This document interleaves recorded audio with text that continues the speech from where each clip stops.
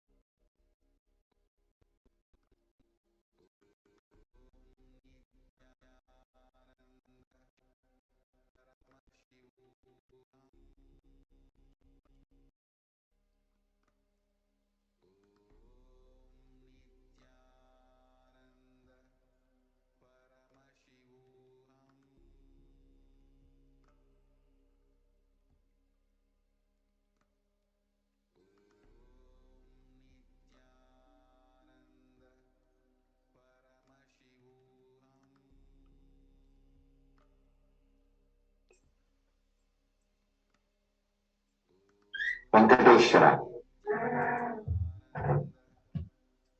Venkateshwara is one of the most powerful modern day incarnation in Kali-yuga.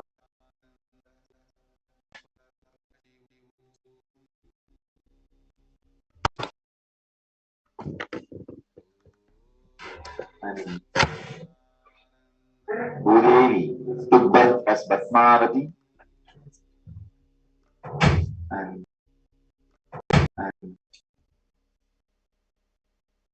and stayed in the planet Earth with the body at least for 200 years and created a beautiful kingdom, blessing the devotees.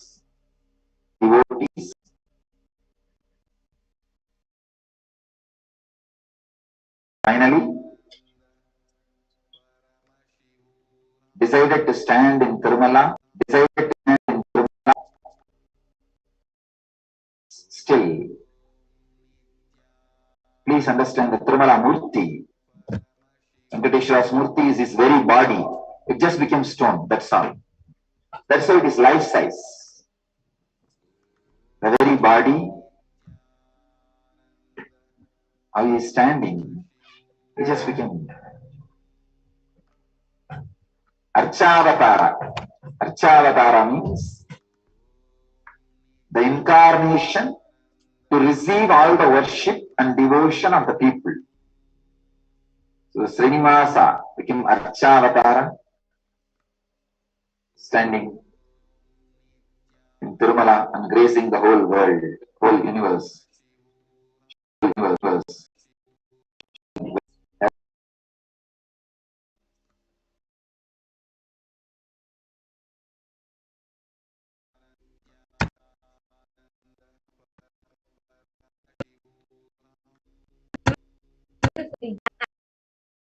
Has revealed Bhagavan Venkateshwara, the physical human form that has manifested, about this through four different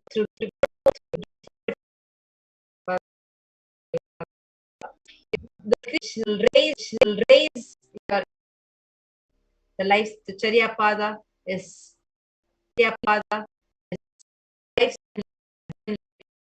self, connecting to the world, to the world. Your kundalini and connecting with Paramashivoham. So how you this thing? So how you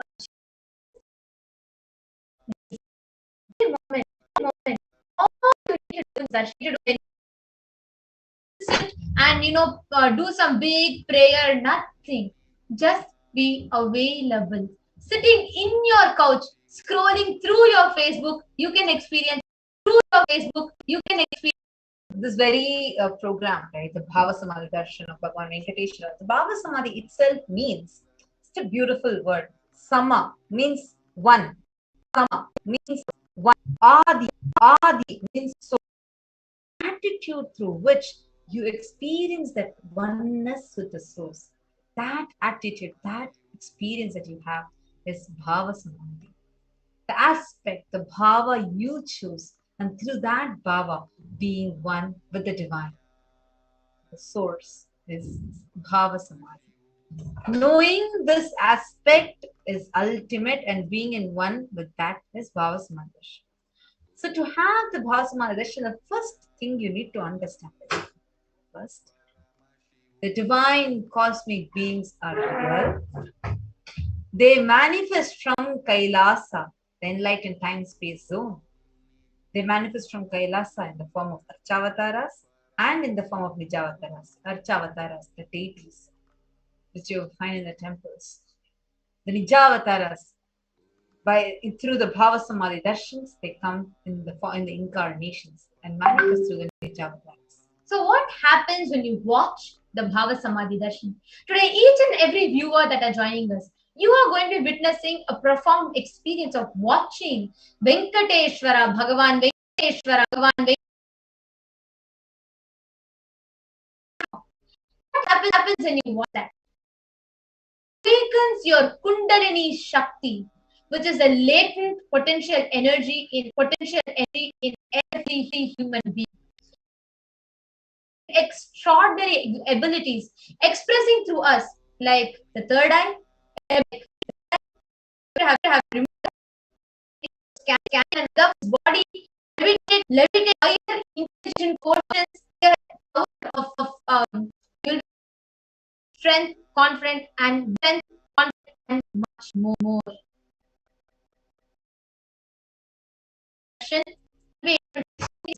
This influx really visibly, it improves your immunity to diseases. With increasing levels of coherence, the whole brain comes alive. It turns into a superconductor of the conscious energy, which heals you, empowers you, awakens you to manifest the highest experience of Paramashivoham in your life. Actually, having a darshan, even a glimpse of the avatar,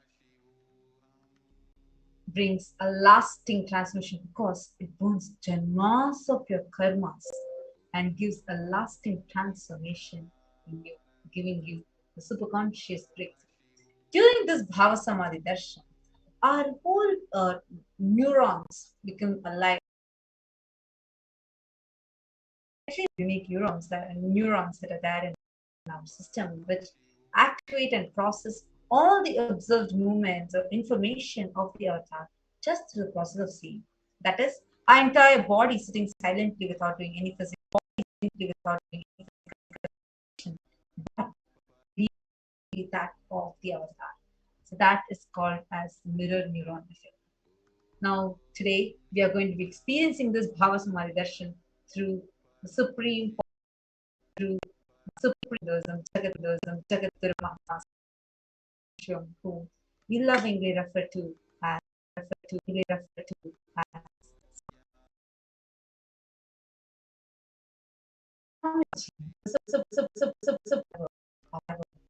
Kailasa in Hinduism is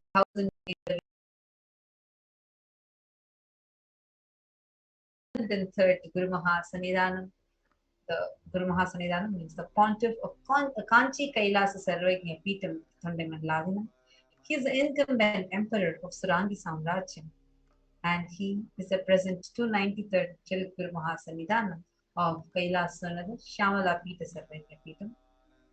He is the present head of Mahanirvani Akhada, the supreme spiritual head of Mahanirvani Akhada, the ancient apex body of Hinduism, and he is also 1008th Acharya Mahamandaleshwar of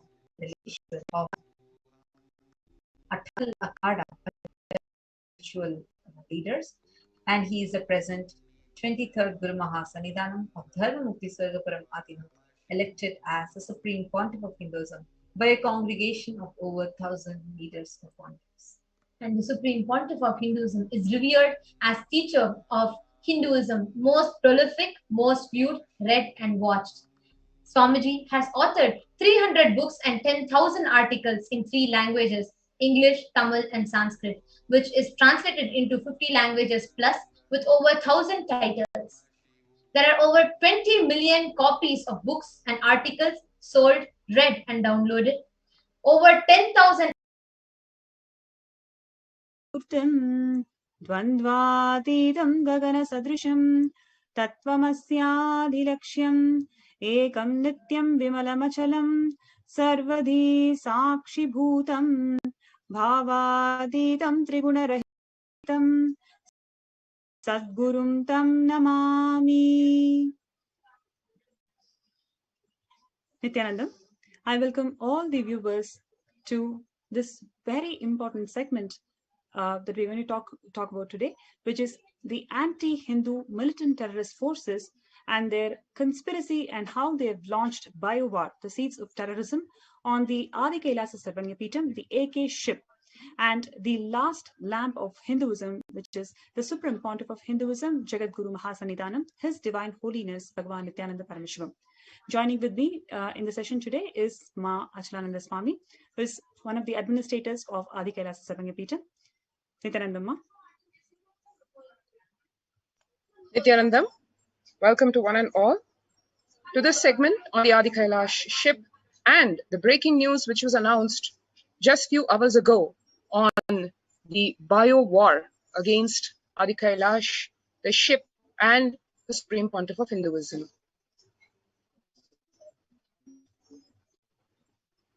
So we can get straight into the segment.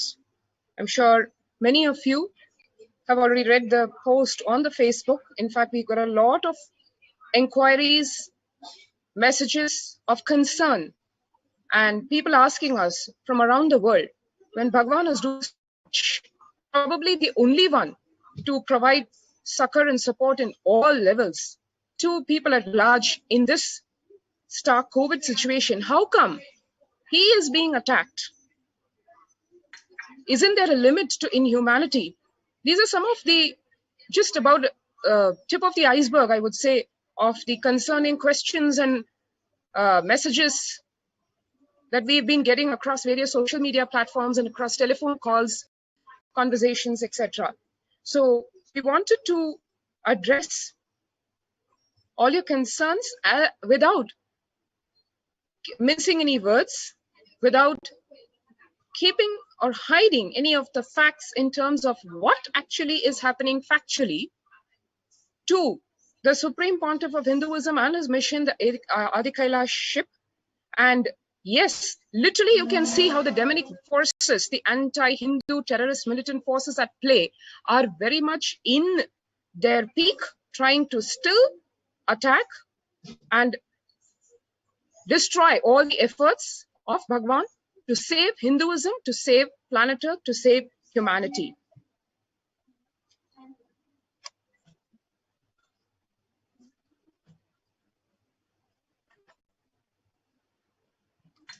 Yes. So today, let us begin the program with quickly going through the achievements of the Supreme Pontiff of Hinduism, Jagadguru Mahasannidhanam, His Divine Holiness, Bhagavan Nithyananda Paramashivam, who is the leader of the 2 billion Hindus. For the past 26 years, Swamiji has worked tirelessly reviving the ancient, authentic Sanatana Hindu Dharma, which is Hinduism. Swamiji is ordained as the 233rd Guru Mahasannidhana, the pontiff of Kanchi Kailasa Sarvanyapita, which is Tondai Mandala Adinam or monastery.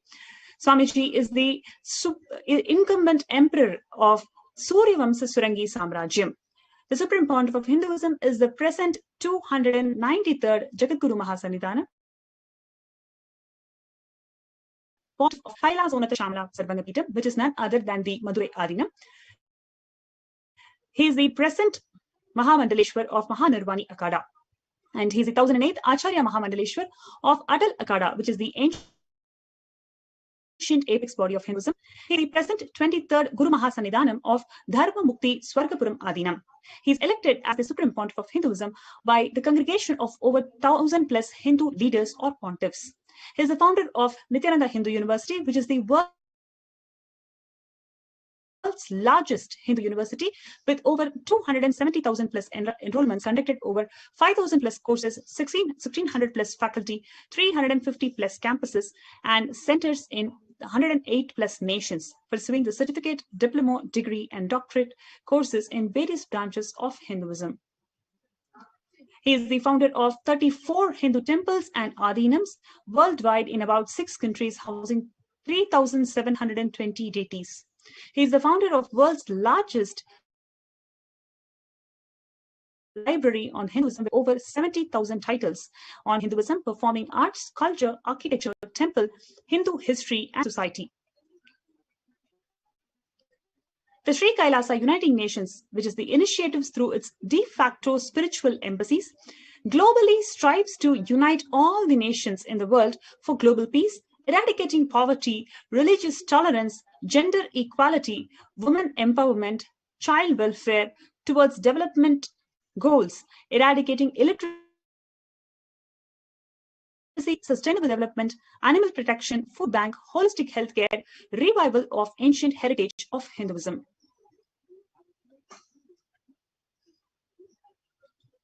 And the Sri Kailasa Uniting Nations also protecting and reviving the science of enlightened birthing and pregnancy, democracy and uncorrupt elections, ethical environmentalism, protection of monks, organic and sustainable agriculture,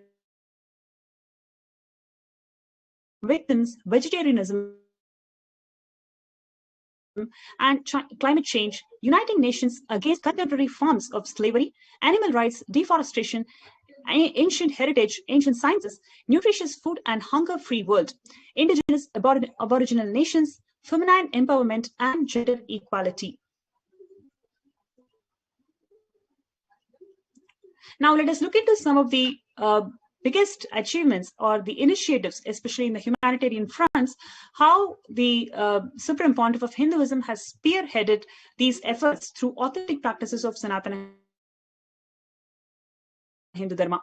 Number one is the Kailasa Food Bank, which functions based on the Hindu principles of food, health, and service with a track record of 26 plus years. Kailasa's Food Bank operates through de facto spiritual embassies, temple monastery complexes such as Sarvanyapita, universities, schools, and food banks hubs that is existing over 100 countries. Till date, Kailasa has served over 1 billion sattvic vegetarian meals to mankind worldwide.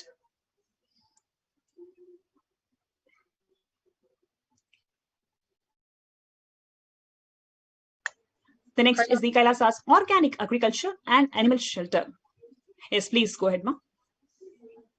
Kailasas. So as we see a diverse set of services being provided by Kailasa's Uniting Nations, the revival of Hindu agriculture and animal shelter revived by the Supreme Pontiff of Hinduism, Kailasians worldwide are proud of its finest agriculture and animal shelters across over 100 locations that have played a key role in healing and rejuvenating the health of Earth, man, and the planet, especially, needless to say, in these troubled times.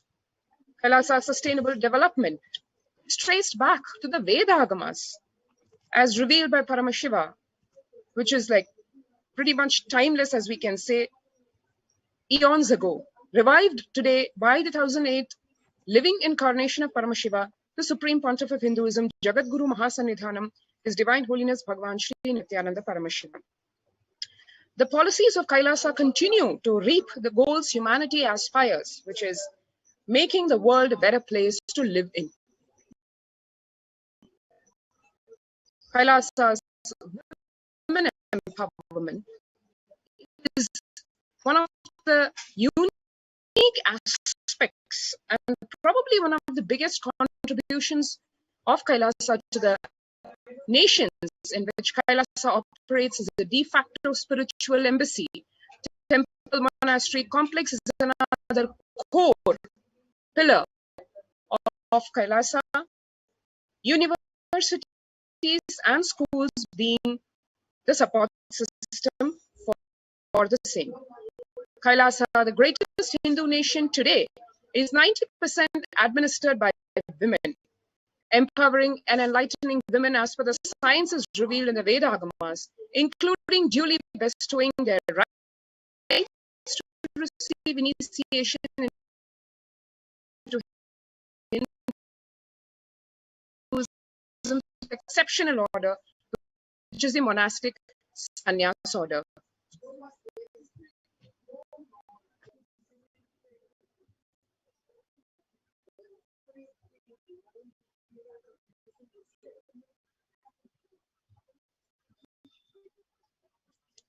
Kailasa's protection of ancient sciences, which stands tall today, revived by the 1008th living incarnation of Paramashiva, the Supreme Pontiff of Hinduism, Swamiji, while bringing the legitimacy and enlightening and empowering the humanity at large with the ancient sciences in Hinduism, including the science of Hindu temples, rituals, Hindu medicine, Hindu science of power manifestation, Hindu biology, Hindu alchemy, Hindu physics, including the science of Vaimanika Shastra, Hindu cosmology, and Hindu mathematics.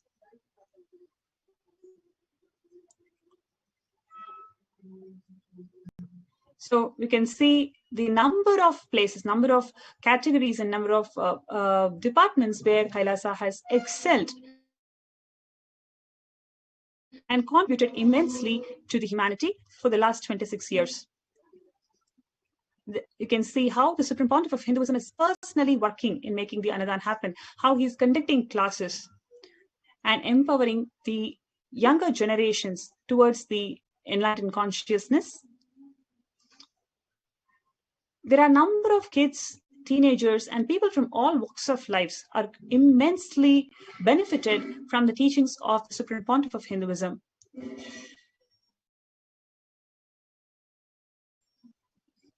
This, on September 2006, the first confluence for world peace to honor the memory of those who lost their lives and those who risked their lives to save others during the terror attacks at the World Trade Center on September 11, 2001. Peace March to unite people of all religions for peace, initiated by the heads in southern India. This is way back January 2009. True religious harmony by welcoming and including all religions. This is one of the hallmarks of the Supreme Pontiff of Hinduism. There, in spite of being the Supreme Pontiff of the greatest religion, by the very nature of the religion, it welcomes one and all. You can see here a massive number of people joining the peace walk, the peacekeepers of the Sovereign Order of Kailasa. This is a peace walk that was undertaken all the way from the tip of southern India to the headquarters of Kailasa at Adi Kailash. And here you can see one extremely touching, heart-rending picture where you can see the Supreme Pontiff of Hinduism serving free food, Annadan. But what one needs to notice over here is the bandage across his right hand, the lower arm. And actually, this picture is taken just months after the Supreme Pontiff of Hinduism had a multiple compound fracture with the bones literally protruding out of the skin. And this happened in 2011. And this is just about 2 years later when the steel implants that were introduced into his body for healing the fracture were removed, and the bones were healing, the hand was healing. Yet, even in that healing period, the Supreme Pontiff of Hinduism was completely integrated to, and probably more than the call of duty, responded to what he wants and always inspires us to do, which is Tyaga.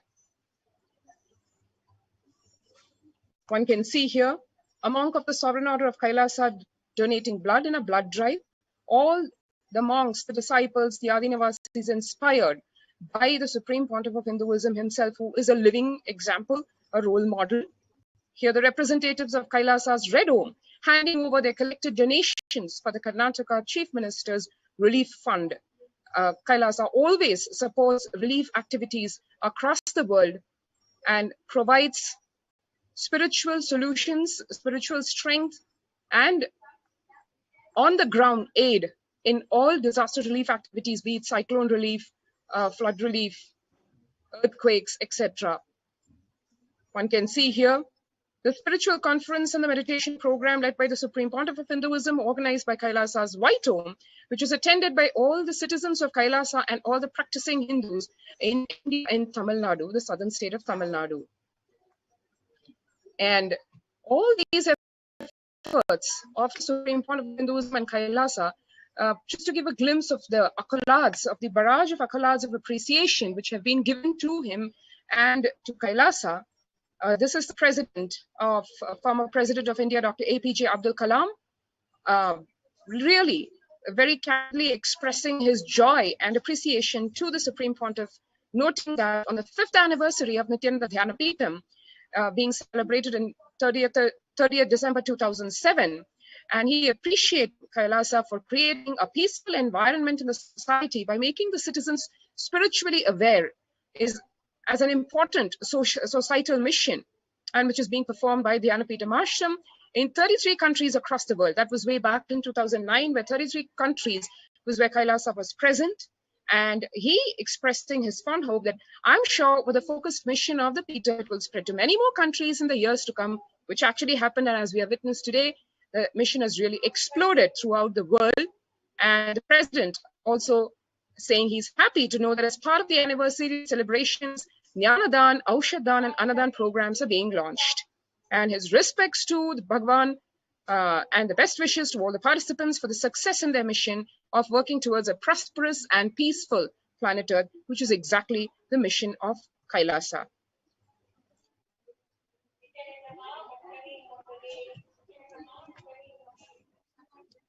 The former president, okay, this is already covered.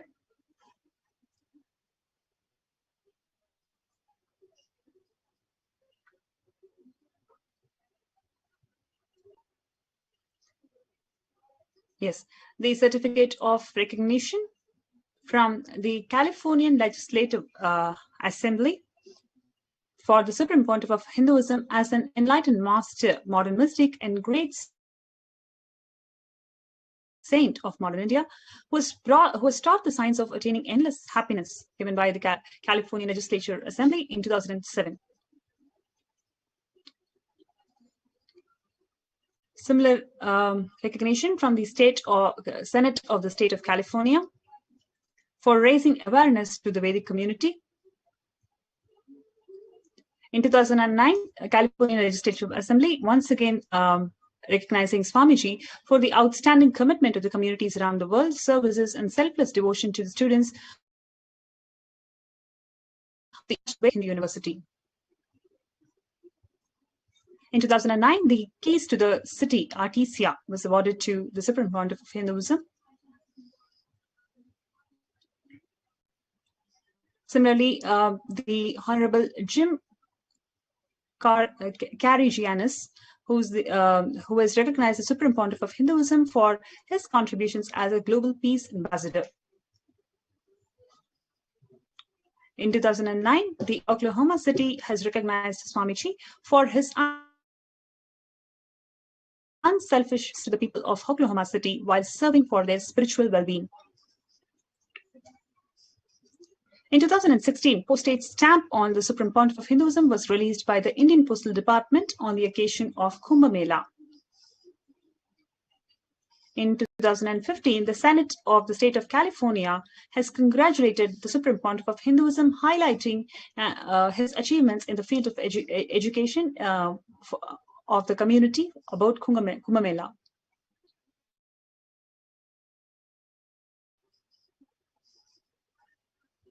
On 2015, Nithyananda Hindu University was authorized by the Akhil Bharatiya Akhada Parishad as the only organization that can conduct the Kumbh Mela festival outside of India. In 2017, the Supreme Pontiff of Hinduism was awarded with the world record, the Guinness World Record, for the largest rope yoga event.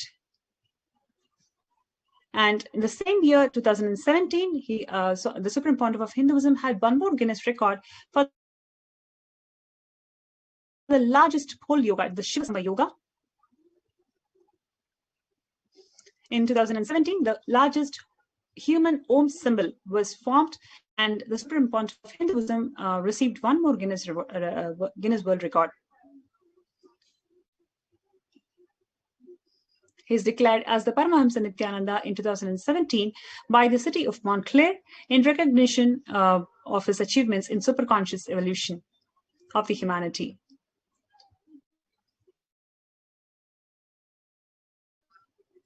In 2012, Swamiji is amongst the world's 100 most spiritually influential personalities by the esoteric magazine, Body, Mind and Spirit. In 2018, he was conferred with the honorary doctorate in humanities by the Commonwealth University. In 2018, the United Nations Global Development Organization respectfully presented to the Supreme Pontiff of Hinduism for superconscious evolution of humanity. The Azteca University in Mexico has recognized the tremendous scientific contribution made by the Supreme Pontiff of Hinduism in superconsciousness and awarded him an honorary doctorate in the science of superconsciousness.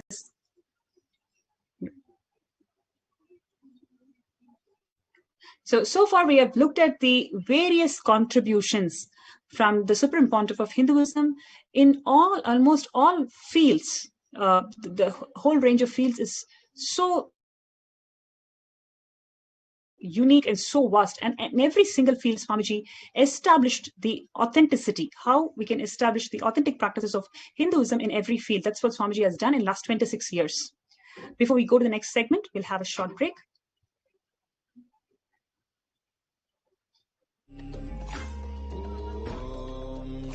Nithyananda Paramashivoham. Nithyananda Paramashivoham. Nithyananda Paramashivoham. Nithyananda Paramashivoham. Nithyananda Paramashivoham. Nithyananda Paramashivoham.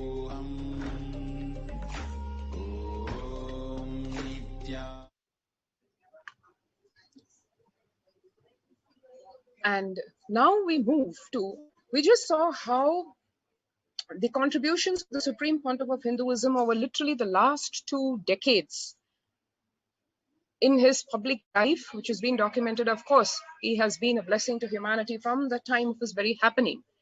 Now what Bhagavan has done to the world, we all just saw. Now what the world has done to him, we will take a look at that.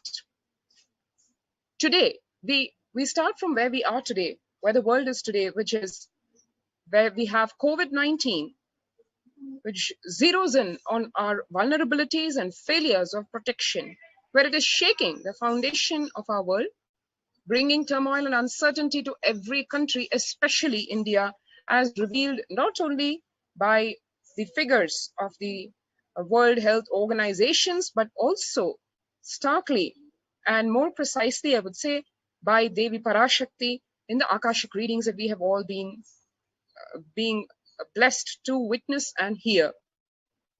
This time we see what measures are being taken and really how those measures are working and what measures are impractical, so to speak, for the years to come.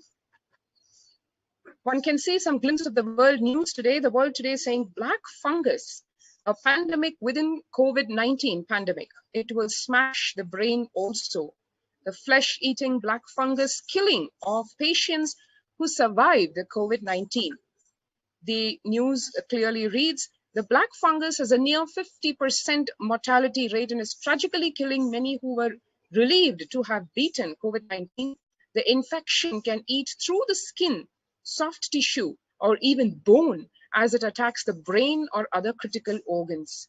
Once it starts growing that way, it is very difficult to control. And the doctors studying the outbreak in India say steroids used to treat COVID also weaken their immune system, leaving patients very much susceptible to the fungus. One can see here, literally,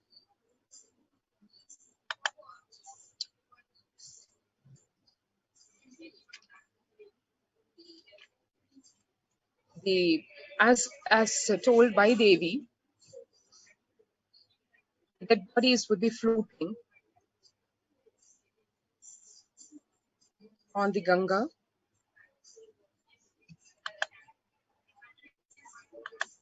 One can see here over 2,000 bodies found within 1,040 kilometers on the banks of River Ganga in Uttar Pradesh.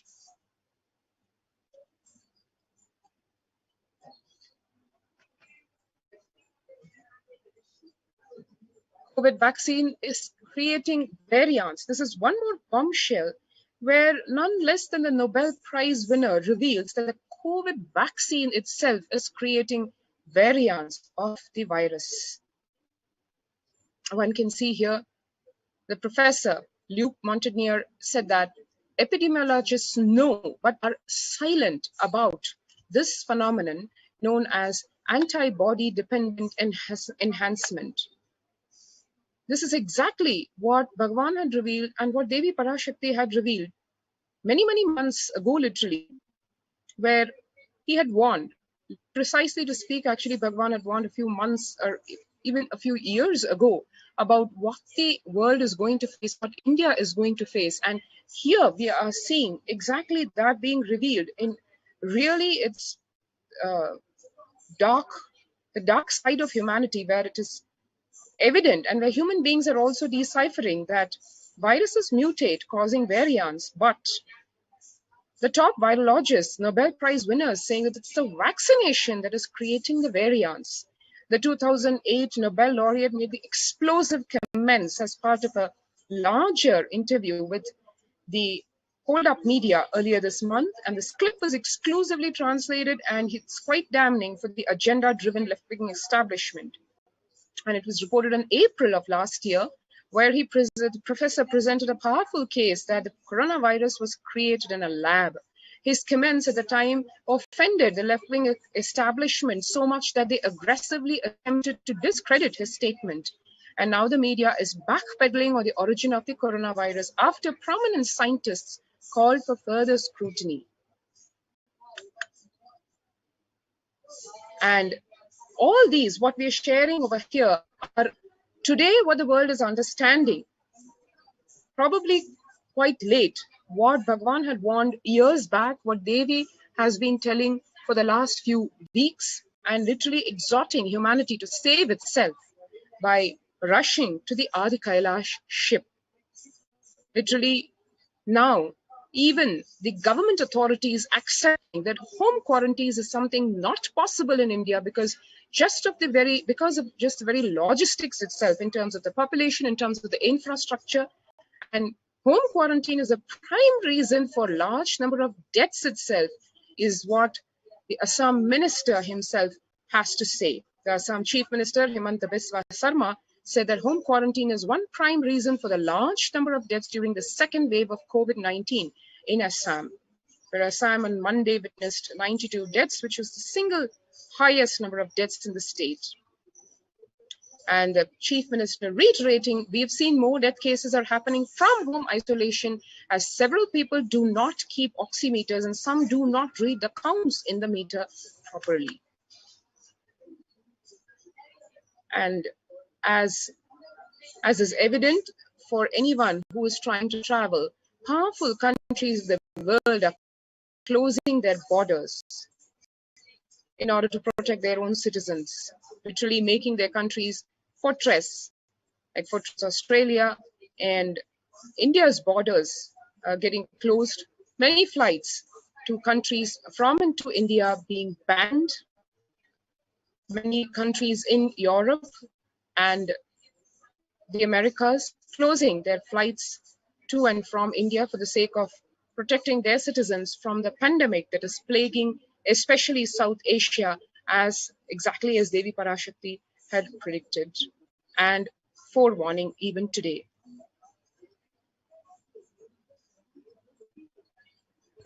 When the first world countries closed their borders during this massive global emergency, it is Kailasa, that is spearheaded by the Supreme Pontiff of Hinduism, has opened its borders for the whole of the humanity to decide to protect themselves from COVID.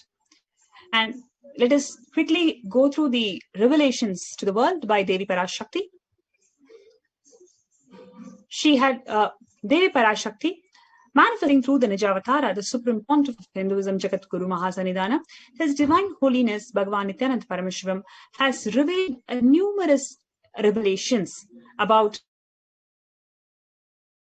the world today, especially the corona, and how you can protect yourself from the corona and the impact of the corona today to the world.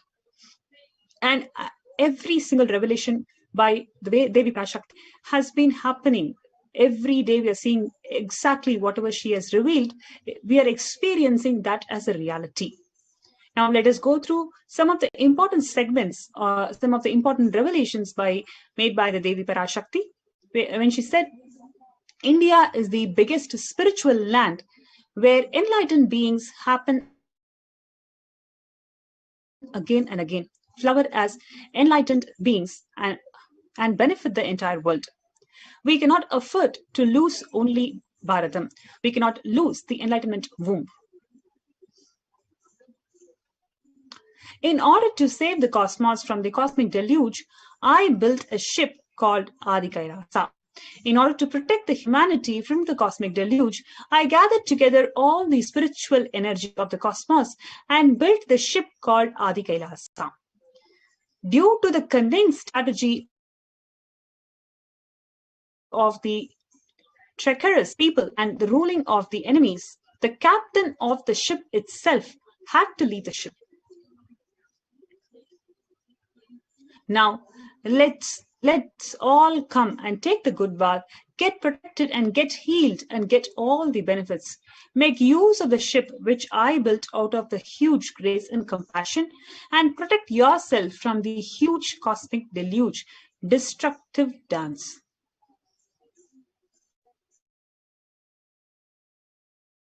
For India, I made the ship as the protection, the Nithyananda Navabhashana Lingam in Vaidya Sarovar.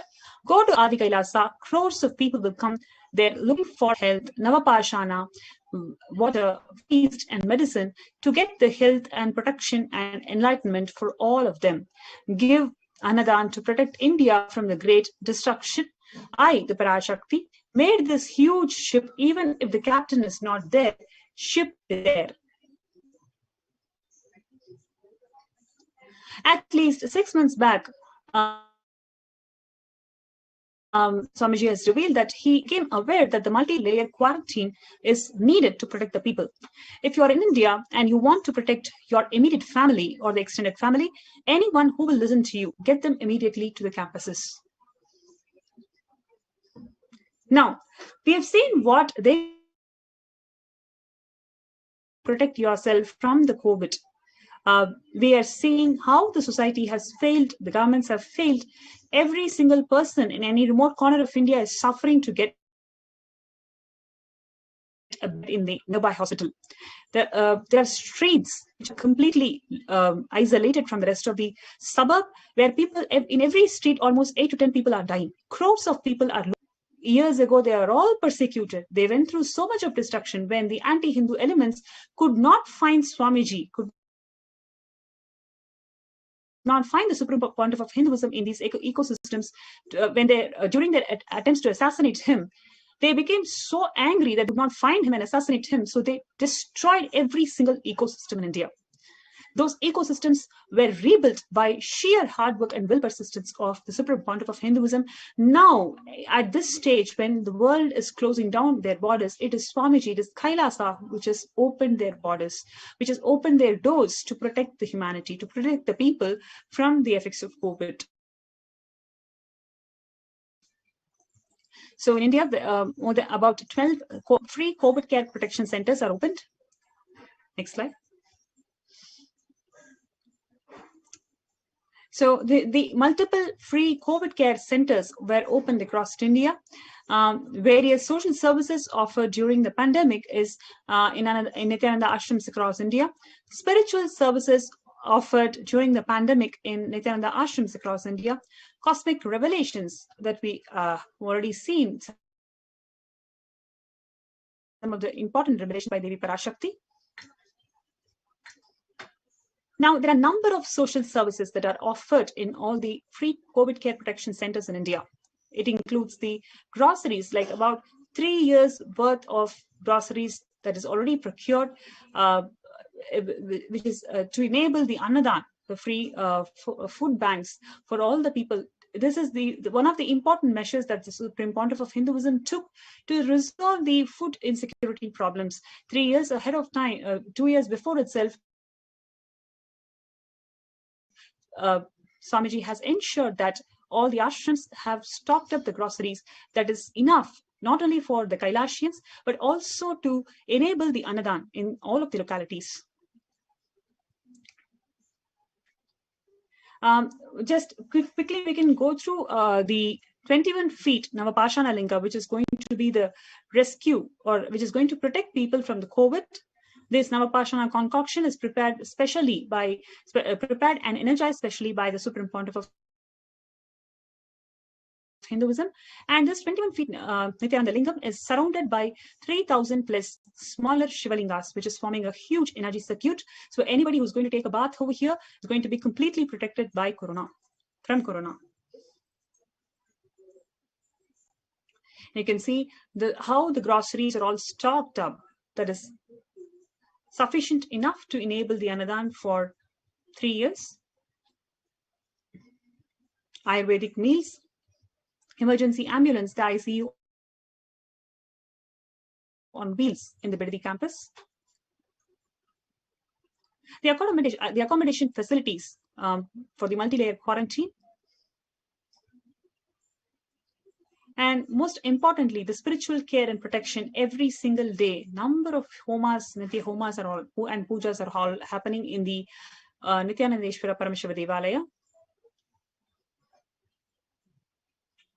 Large open spaces, so you don't need to really mentally break down, especially being in one single room in quarantine for so many months. It may lead for mental breakdown. So Bidadi campus is enabled with large free space for you to be happy, and you can also do organic farming. You can already see the people who have already come for the COVID care protection center, how they are happily enjoying their life, happily doing the spiritual routine in Adi Kailasa. You can see how the herbs are being planted. These are the special herbs that will enable immunity during COVID. You can so what we have seen so far is, on one hand, the immense contribution from the Supreme Pontiff of Hinduism in every field of the humanity, where he has revived the authentic principles of Sanatana Hindu Dharma. And we've also seen how in this time, when the world is facing a huge global emergency, when the nations are closing down their borders, when people don't know what to do next, at this point in time, Swamiji has taken up a huge work, huge humanitarian effort to open up his enlightenment ecosystems for the world, to ensure that they can be here, they can do whatever they want to do, they can do work from home, they just need to be available in these protection centers to ensure that they're completely protected from COVID. His humanitarian efforts to combat COVID is enormous, and it is something which the world has not seen so far today. Now, at this stage, we're going to now look at the anti-Hindu militant forces having a history of executing a massive persecution and genocide against Swamiji and his devotees. So when we are expanding globally, when we are opening our doors to the people of India, especially to help them protect themselves from COVID, what is the conspiracy that the anti-Hindu elements executed on Swamiji? Let us look into it today. Before we go to the segment, let's have a short break. Spiritual sciences unique to Hinduism. Subtle, otherworldly, but definitive sign manifesting. The cosmic beings in Archavatara, deities in Nijavatara, living incarnations is possible. Understand? Kriya Pada of Vedas and Agamas elaborately explain the whole science of making the cosmic beings manifest in Archavatara, deities and Nijavatara, living incarnations, both. During the Bhava Samadhi Darshan, literally those cosmic beings manifest through this body. Just like how they manifest in Archavatara, deity, they manifest in Nijavatara, Pratyakshavatara, and give you all the boons you ask, bless you. You see, each God is an independent intelligence to lead you to enlightenment.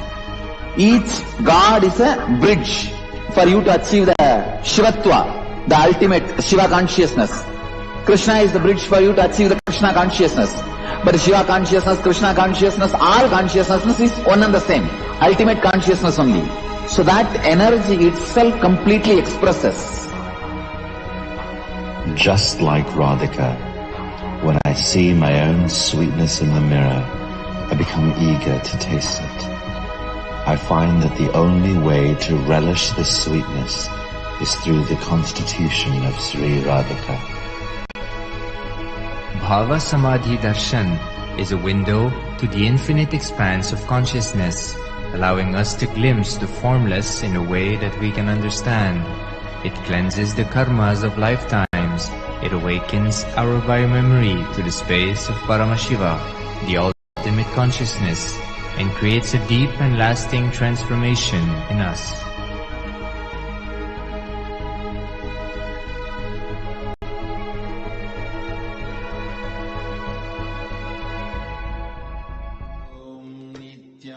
Nithyananda Paramashivoham. Om Nithyananda Paramashivoham. Om Nithyananda Paramashivoham.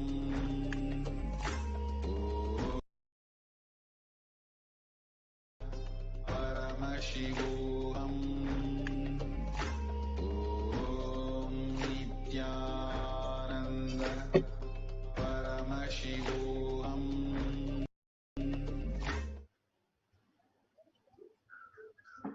Welcome back.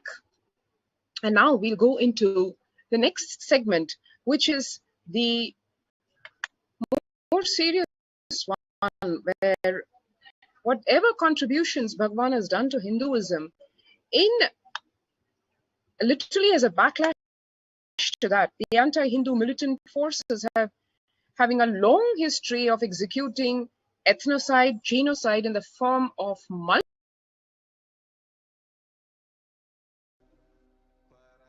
I think your audio is not coming.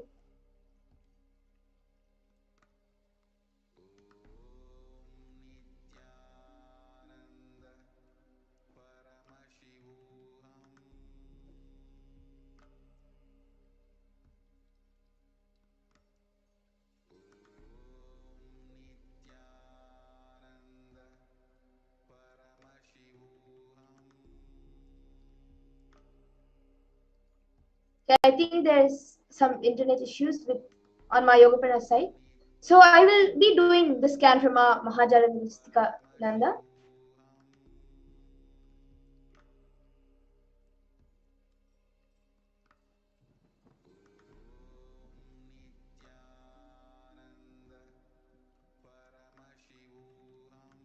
Okay, ma? What Paramashiva revealed to me was that for you in your stomach, there's lots of toxins accumulating, and because of that, there's a lot of weight like getting accumulated in your body, and that also gives you like pain, and also it affects your bones also. I was able to see every night if you take haritaki in the morning, neem juice and castor oil, and every day just do at least 1 hour of yoga. And due to the COVID, don't go outside, but inside the house itself, if you walk at least for walk or like little jogging for maybe 20 minutes or half an hour, all of this will heal the toxins in your body, and it will also make your bones stronger. This is what I was able to see as a solution. So Ma Mahajalandra Nithyananda and John Fletcher, you both can get back on the comments if you were able to relate to what I said. Okay, so I think both of you have put thank you, Ma, thank you, sister. Okay, so if you both can. Okay, so John Fletcher has put that has me lost for words. Okay, he has response saying it's very true. Thank you, Aya. So with this, we will conclude today's segment of power manifestation due to the interest of time. So we can move on to the further segments going on near to the Venkateshwara Bhava Samadhi Darshan. Thank you, Nithyanandam.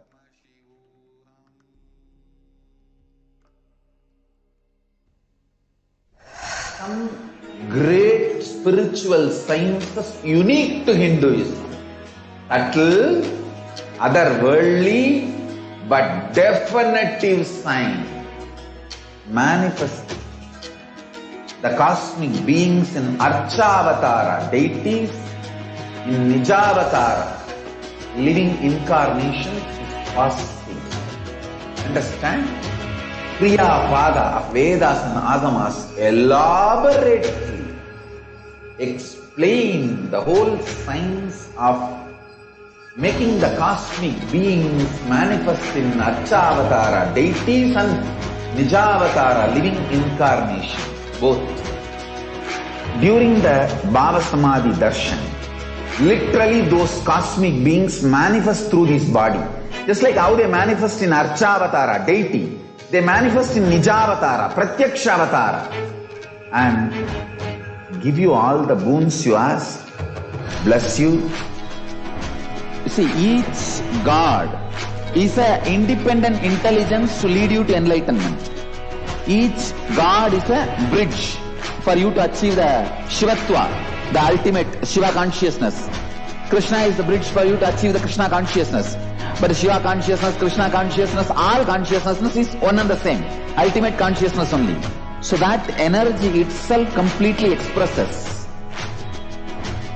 Just like Radhika, when I see my own sweetness in the mirror, I become eager to taste it. I find that the only way to relish the sweetness is through the constitution of Sri Radhika. Bhava Samadhi Darshan is a window to the infinite expanse of consciousness, allowing us to glimpse the formless in a way that we can understand. It cleanses the karmas of lifetimes. It awakens our biomemory to the space of Paramashiva, the ultimate consciousness, and creates a deep and lasting transformation in us.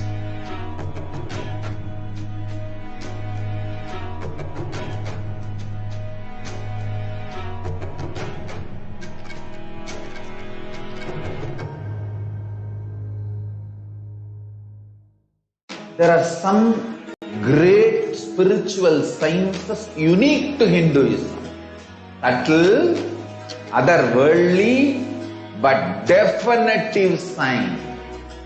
Manifest the cosmic beings in Archavatara, deities in Nijavatara, living incarnations is possible. Understand? Kriya Pada of Vedas and Agamas elaborately explain the whole science of making the cosmic beings manifest in Archavatara, deities and Nijavatara, living incarnation, both. During the Bhava Samadhi Darshan, literally those cosmic beings manifest through this body. Just like how they manifest in Archavatara, deity, they manifest in Nijavatara, Pratyakshavatara, and give you all the boons you ask, bless you. You see, each God is an independent intelligence to lead you to enlightenment. Each God is a bridge for you to achieve the Shivatva, the ultimate Shiva consciousness. Krishna is the bridge for you to achieve the Krishna consciousness. But Shiva consciousness, Krishna consciousness, all consciousness is one and the same. Ultimate consciousness only. So that energy itself completely expresses. Just like Radhika, when I see my own sweetness in the mirror, I become eager to taste it. I find that the only way to relish the sweetness is through the constitution of Sri Radhika. Bhava Samadhi Darshan is a window to the infinite expanse of consciousness, allowing us to glimpse the formless in a way that we can understand. It cleanses the karmas of lifetimes. It awakens our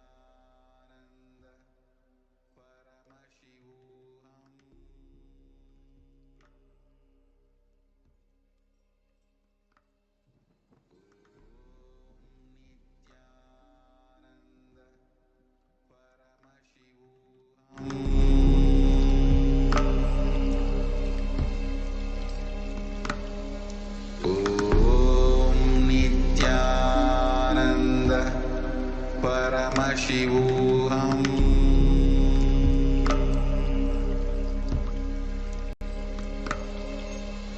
Om Nithyananda Paramashivoham.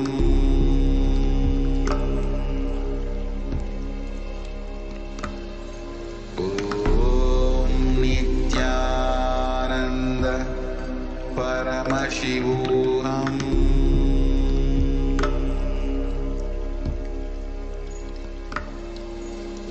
Om Nithyananda Paramashivoham.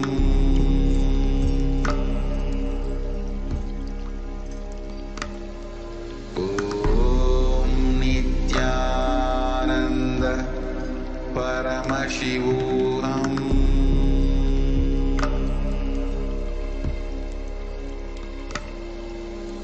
Om Nithyananda Paramashivoham.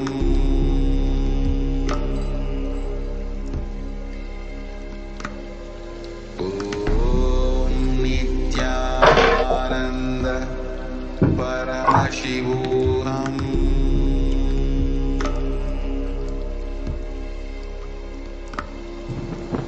Om Nithyananda Paramashivoham.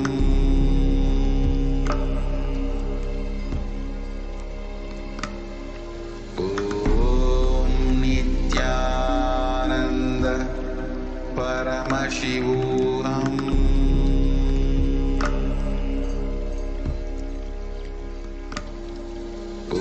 Om Nithyananda Paramashivoham.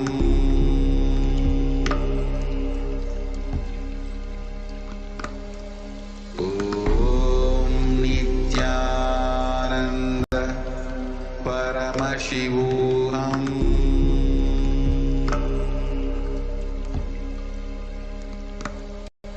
Om Nithyananda Paramashivoham.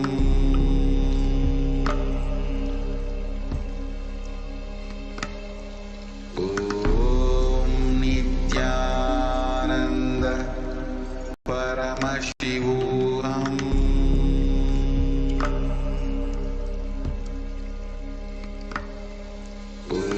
Om Nithyananda Paramashivoham.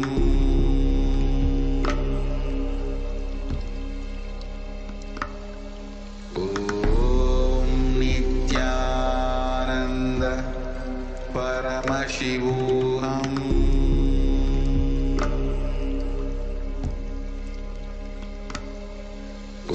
Om Nithyananda Paramashivoham.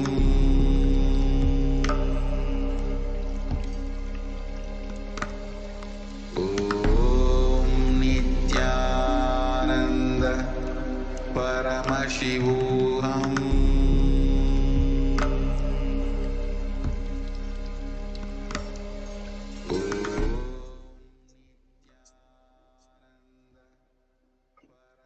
Nithyanandam, welcome back to all of the viewers who are joining us for this auspicious occasion, another Saturday morning for us to experience the Venkateshwara Bhava Samadhi Darshan.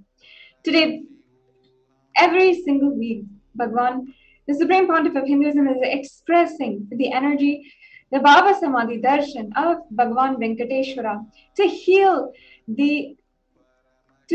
the entire world, the global economy, and all of the people outside who are suffering deeply, desperate for manifesting wealth and abundance in their life.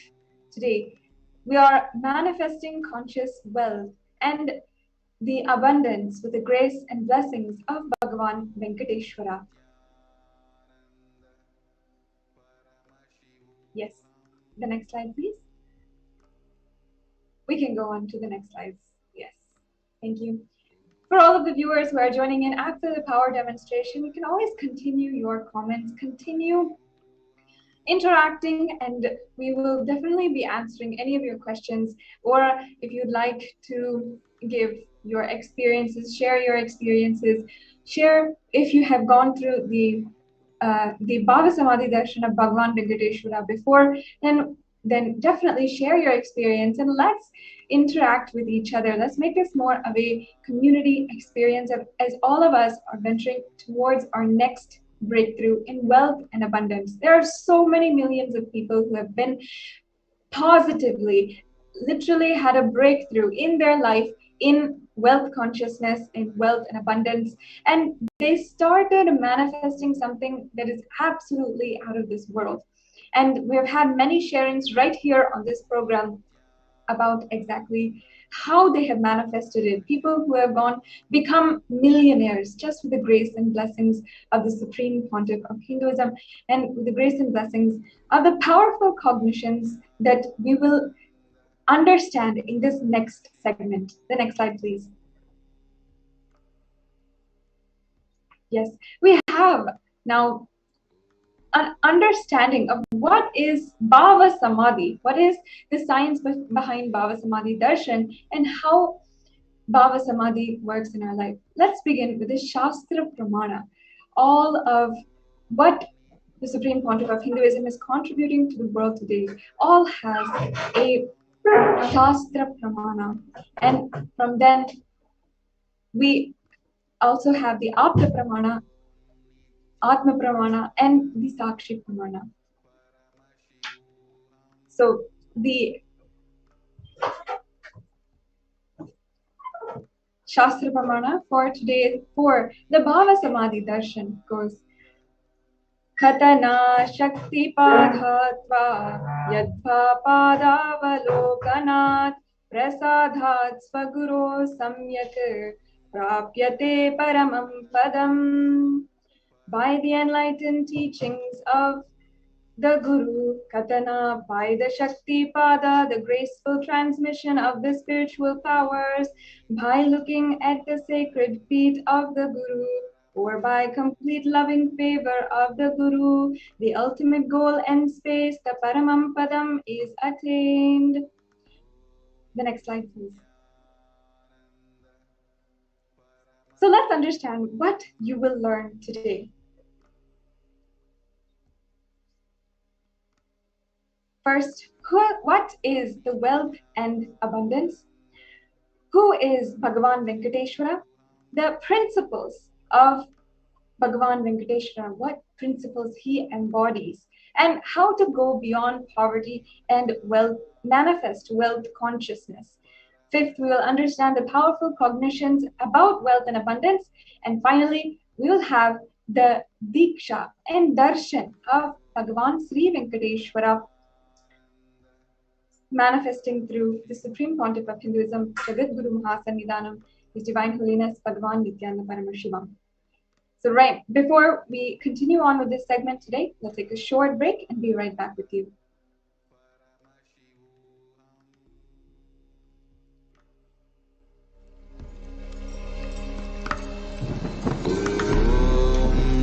Nithyananda Paramashivoham.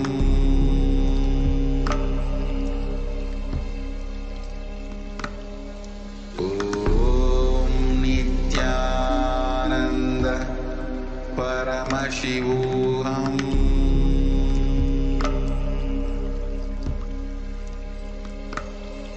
Om Nithyananda Paramashivoham.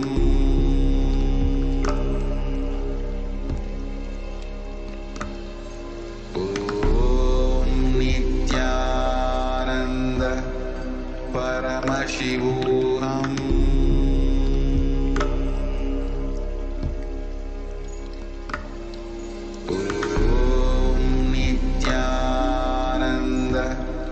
Paramashivoham.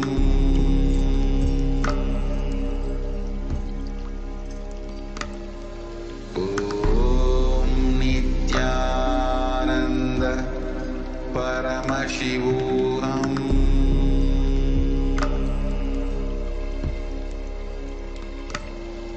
Om Paramashivoham.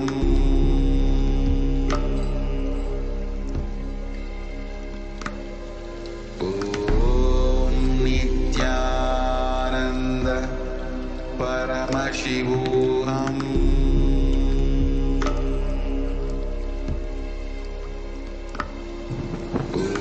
Om Nithyananda Paramashivoham.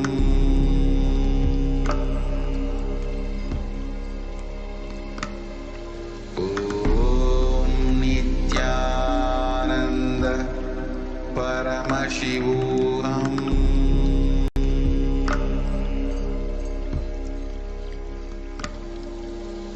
Om Nithyananda Paramashivoham.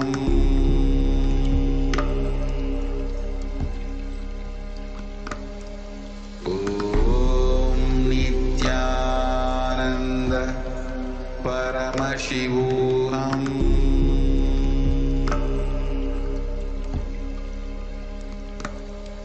Om Nithyananda Paramashivoham.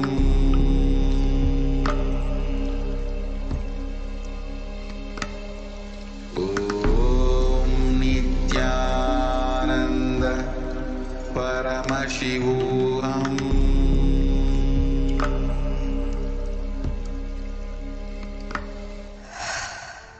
What I mean by the word Kailasa, listen intensely.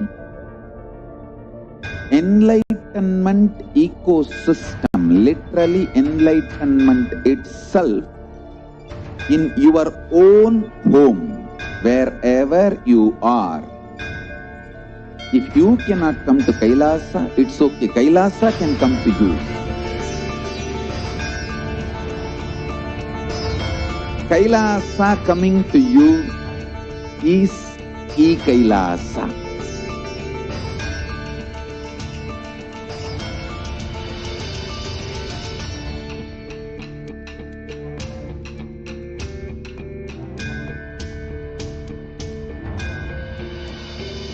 I will revive Hinduism. I am a Hindu revivalist, not by any revolution, but by evolution.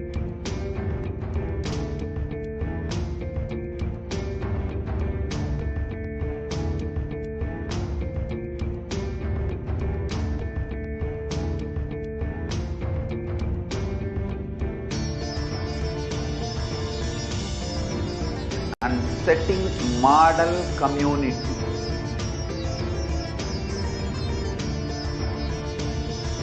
Kailasa, enlightenment ecosystems, Sarvanya Peethas all over the world.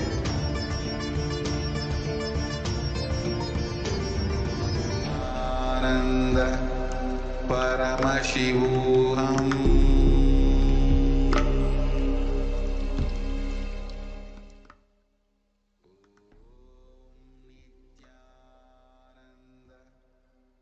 Yes, welcome back after that short break. As we now proceed into the next segment, understanding the world today and how that differentiates from Kailasa. Yes, the next slide, please. 18 years of growth had wiped out after the coronavirus started in just 2 months. In this graph, we see how the ONS figures imply that the level of total economic activity in April of 2020 was back down where it was in 2002, implying that an astonishing 18 years of growth was absolutely demolished in the matter of 2 months. Now, as we contrast that, showing the spiritual solution for the world, the Hindus across the world have been contributing 40% of the whole world's GDP since the last 2,000 years. The next slide, please. As we understand, just this basic level contrast shows us how, on one hand, the world is undergoing some of the most drastic changes to the economy, literally experiencing a meltdown with over 400 million people across the world out of a job and at least 10 million children who are not able to afford their own food in the United States. And on the other hand, how Kailasa, how Hindus across the world have been continuously working towards uplifting and empowering the global economy. Why? How? What cognition holds inside each and every Hindu that makes it so empowering towards wealth and abundance? Let's now understand who is Bhagavan Venkateshwara. Venkateshwara is one of the most powerful incarnations of the modern day. Venkateshwara is one of the most powerful incarnations that even happened in the entire Kali Yuga, spanning around 4,000 years. Mahavishnu came down as Sheshadri, and Bhudevi took birth as Padmavati, and they got married and stayed on the planet Earth for at least 200 years. And they created a beautiful kingdom with wealth, health, and all of the auspicious things. Bhagavan Venkateshwara had decided to stand in Tirumala, making himself available to all his devotees. Then Venkateshwara himself became the deity. The very body that is standing today in Tirumala Tirupati is the body of Venkateshwara. He just became an Archavatara. An Archavatara means the incarnation in the form of a deity to receive all of the worship and devotion of the devotees. So Srinivasa became the Archavatara, standing in Tirumala and gracing the whole world until today. Tirumala Tirupati is one of the most famous, with the most heavy traffic footpaths that are walking into the temple every single day. And he continues to bless, bestow health, wealth, and abundance to all beings, including all of the spiritual benefits as well. Venkateshwara has Sri Devi Mahalakshmi, the goddess of wealth and prosperity, within his chest. There's one jewel that Bhagavan Sri Venkateshwara is wearing, which was actually still not able to put any value for it. On Venkateshwara's right chest, he is having one of the world's costliest, unique, most rare and exclusive jewels. He wears it on the Ekadasi day, on the Srivatsvam, and that jewelry is called the Vaidhurya. The Vaidhurya diamond is at least 1,000 years old, and it's actually older than any diamond that is existing on planet Earth right now. That jewel is supposed to have had come out of the churning of the Milky Ocean. For those of you who don't know, the journey of the Milky Ocean is a Puranic happening that records the happening of the churning of the Milky Way, the happening of the entire cosmos itself. And that very jewel that happened from then, that came out of that churning, is worn on the deity, Bhagavan Venkateshwara, until today. Ramanuja was a great enlightened being, enlightened master, who was staying many days in Tirupati, Tirumala, with his disciples. One day, Ramanuja was getting ready for the pilgrimage, and he was packing his bags. He got some food. He got ready for the walk all the way to Tirumala, Tirupati with all of his disciples and devotees and his loved ones. When they reached the downhill path and they opened the food for eating, they found so many ants in the food that came with them as parcel. When they started to eat, then Ramanuja stopped them and said, "No, don't eat. How can you eat?" He just packed all of the food all the way up to the hill, and without having any food the entire way he went. And all the disciples were wondering why he was doing this, why he was going all day and all night without any food. When they asked him finally, "What is this? Why are you not even eating the food that we packed?"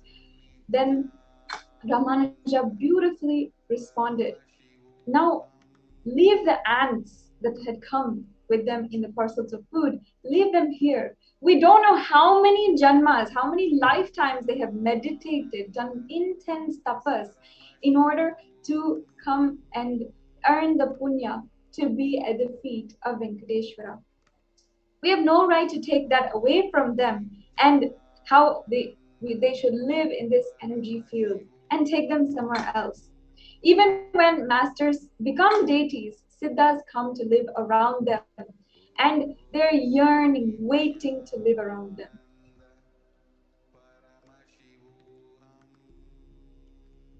We will now chant the Shastra Pramana from the Narayana Shlokam, verse 1.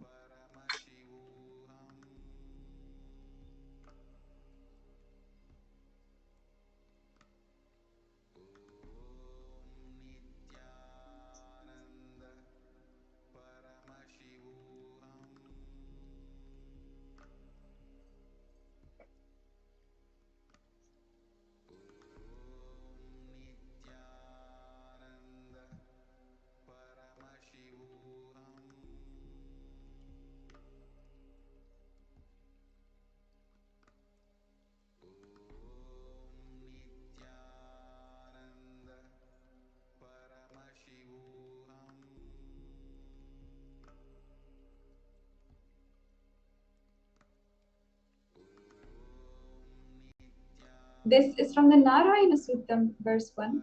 The meaning of this goes, this universe is an eternal being, Narayana, the imperishable, the supreme, the goal, the multi-headed, multi-eyed, the omnipresent and omniscient, the resplendent, the source of the delight of the whole universe, Narayana. Yes, the next slide, please.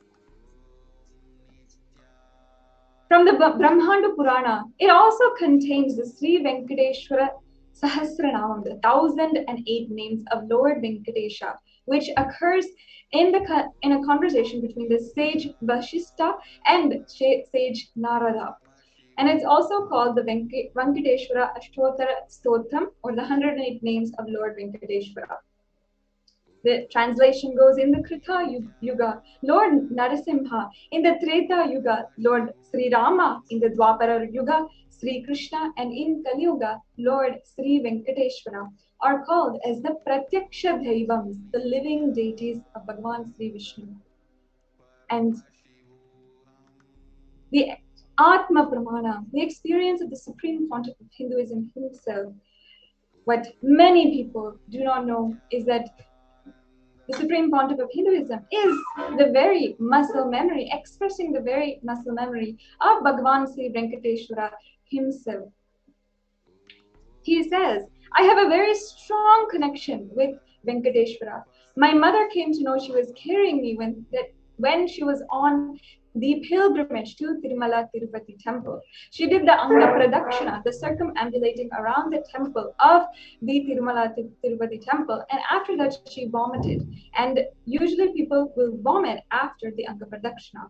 They gave her the prasada, the consecrated food of the laddu, the prasadam of Bhagavan Sri Venkateshwara, and after that again she started vomiting. Then the elders saw the pulse of Malokanayaki, who is the biological mother of the Supreme Pontiff of Hinduism, and they declared that she was carrying. The Supreme Pontiff of Hinduism continues, he says that the first sweet I got was from Bhagavan Sri Venkateshwara himself.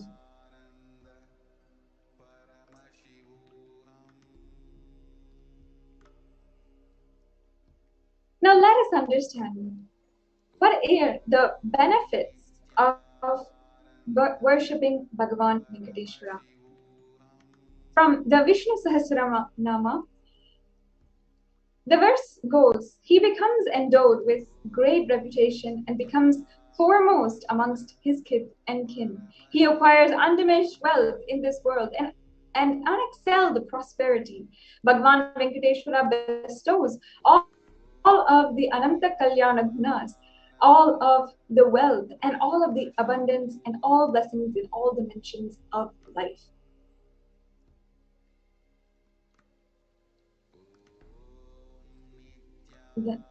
In today's Darshan, Bhagavan Venkateshwara is going to be manifesting through the Nijavatara, the 1008th incarnation of Paramashiva, the Supreme Pontiff of Hinduism, Jagat Guru Mahasannidhanam, His Divine Holiness Bhagavan Nithyananda Paramashivam. Today, you will be receiving the blessings and initiation into wealth consciousness. Understand there are two dimensions of wealth creation. We have the Shankhanidhi, means conquered wealth from natural resources, and Padmanidhi means flowered wealth, like the lotus created. Padmanidhi is made to flower from natural resources. The next slide, please. Then there's also two major gods representing wealth, Kubera and Lakshmi. Kubera holds wealth and sits on all of the wealth. He is compared to the treasury, the stock market, and Kubera enjoys the subtle power that comes with holding wealth and what all the wealth can bring in your life. Lakshmi wealth represents how wealth is flowering, circulating, and current. Lakshmi uses wealth to enrich herself and the world, and Lakshmi creates wealth effortlessly, uses it freely, and distributes it unconditionally. Now, let us enter into the segment, Wealth Creation in the Hindu Way. Life can be equated into two things. One, the ability to create and achieve what you want in the inner and outer world. And two, just getting stuck in both worlds. There are only the two equations. Everybody wants wealth, but they do not know how to increase life and how to increase the life in them into the level they want it. Wealth can be equated to the life energy you express. It is a straight equation because as on now, a normal man has wealth as the first priority in life. So if you do not have wealth, don't blame anybody. You are expressing life in you.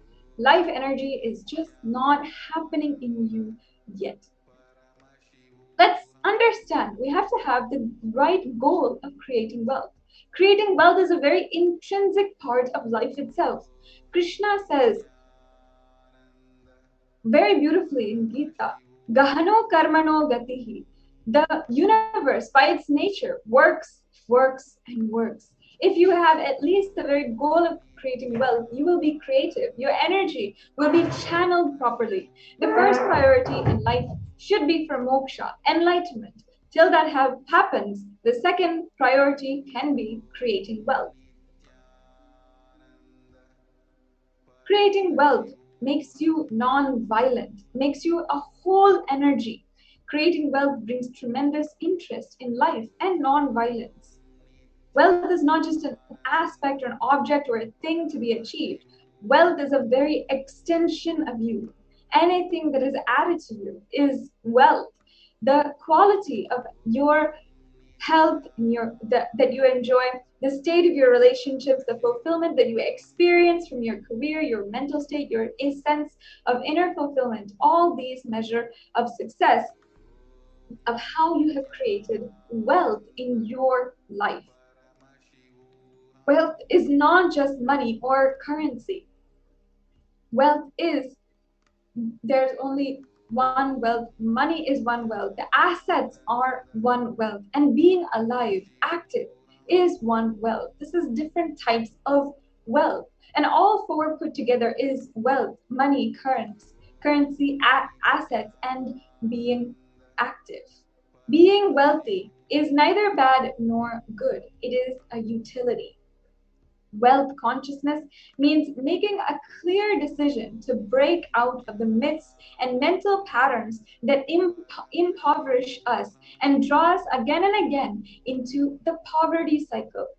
You don't manifest your desire, you manifest your cognition, what you cognize and perceive as reality. Most of us say, I really desire wealth, but deep down you believe wealthy people are arrogant people, they're bad people. They always do the wrong things. But if you believe wealthy people are arrogant, bad, wrong, they do so many wrong things, they exploit others, they manipulate. If you have that belief, then how are you going to manifest wealth in your life? Your perception is the material out of which your reality is made. If you desire wealth, but you believe, perceive, cognize wealthy people are bad, then you too will become that, and you will not be able to manifest wealth in your life. The gap between your desire and your perception is called mental patterns. Let us now understand all of the beliefs you carry about wealth. Wealthy people are arrogant and bad people. You carry a deep resistance for wealth, and you will not accumulate wealth. Even if you accumulate wealth, you will carry the guilt of having so much of wealth.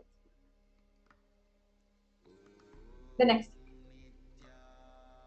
The truth is, arrogance does not come by wealth.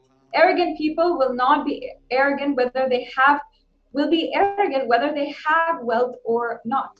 Arrogant means behaving if you are more or better than another person. We strongly associate wealth to arrogance and create a pattern and start hating wealth as well, the same way we hate arrogance. Another common belief, poverty is good. Deep inside of us, we label poverty as a good quality. We feel reverence and respect poverty.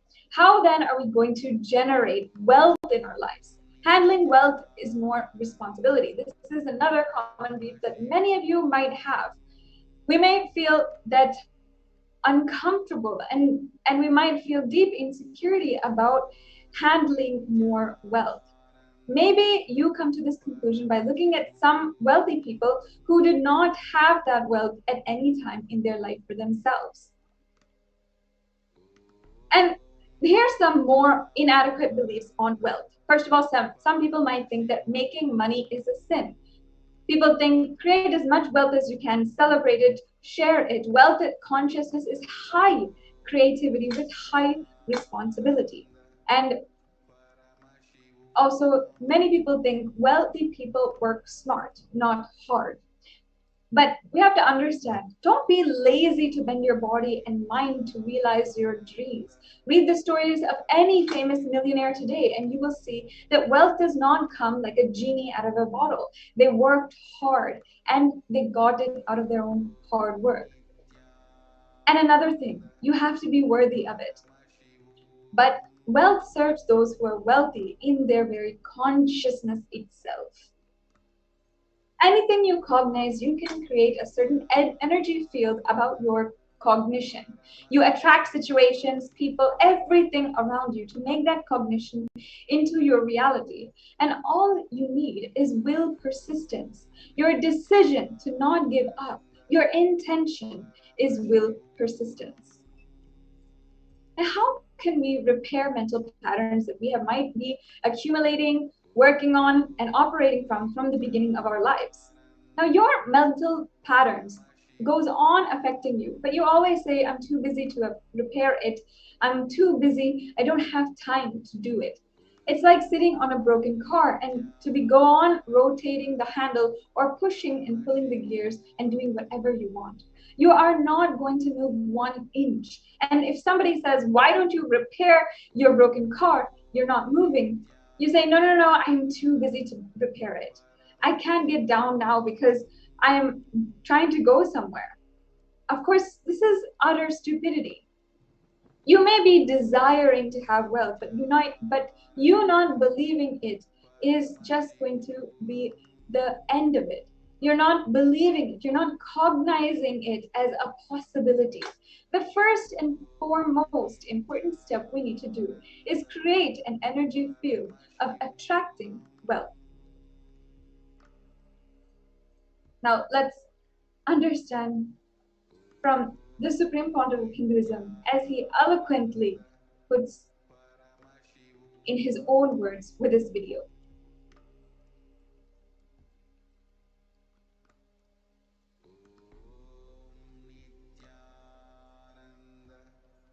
Paramashivoham.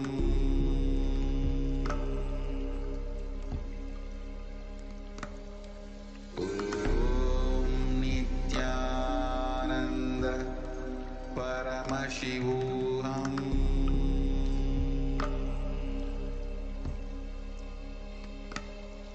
Om Nithyananda Paramashivoham.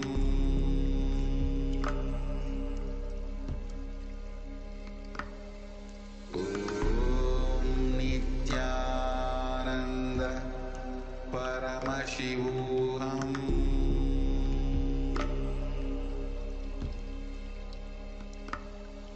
Om Nithyananda Paramashivoham.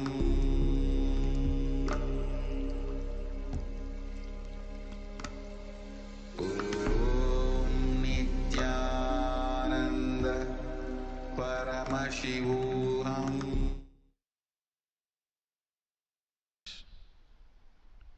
The first step we need to do,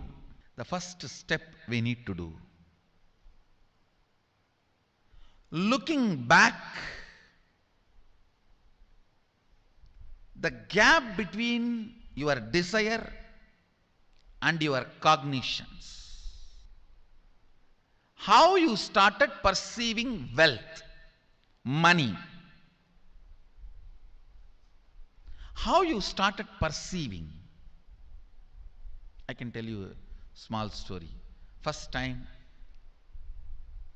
how I was introduced to money and started interacting with money. I still remember my 3rd birthday. My father has given me a Ganesha who actually ate food. If you have read my biography, you would have read the incident. If you are interested, you can go to YouTube where I have narrated the whole story. I was given that Ganesha as a gift and I was so curious and busy with playing with the deity. And then in Indian village we have a habit, all the family elders will give coins on the birthday as a gift to the kids. So I was sitting and playing with my Ganesha and all the family elders came. I am supposed to bow down to them. It's a tradition. So I touch their feet and they will give money.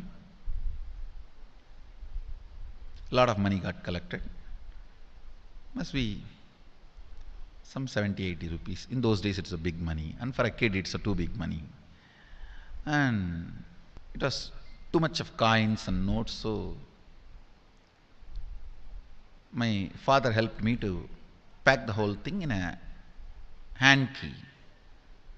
So I looked at him and asked, what should I do with this? He said, you can buy whatever you want. I said, I don't need anything. I only wanted this Ganesha. You already gave it to me. I don't need anything. He said, then you can give it to anybody you want. So I just called all my cousins, brothers, everyone was playing. I grew up in a large joint family. 27 of us grew up together. So it's almost like a one school, small school. So all of them were playing. I called in my loud voice, hey, anybody wants, come and take this money. I don't want it.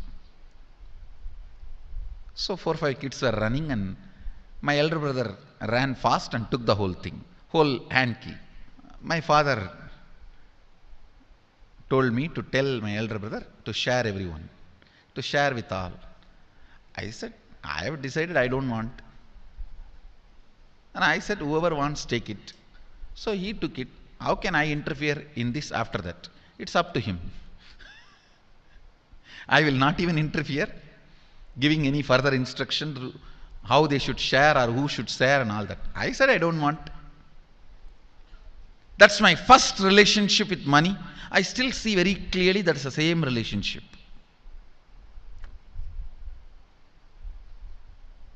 Still I don't touch money. I don't handle. Never felt the need. Anyhow, I am not saying this should be your pattern or this should be your. I am just giving you an example how I started relating with. So now dig out how you started relating with money. That was actually my completion with money. I touched first time money only to give dana. Still I am doing the same thing. Still I touch money only to give dana. How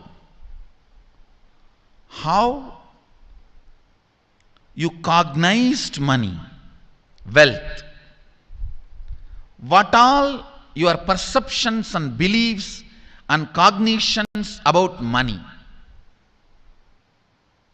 Let's dig out. Let's get them out first. The moment you remember money, does it bring tremendous pain, suffering, impossibility, all that in you? What is the emotion or energy it invokes in you?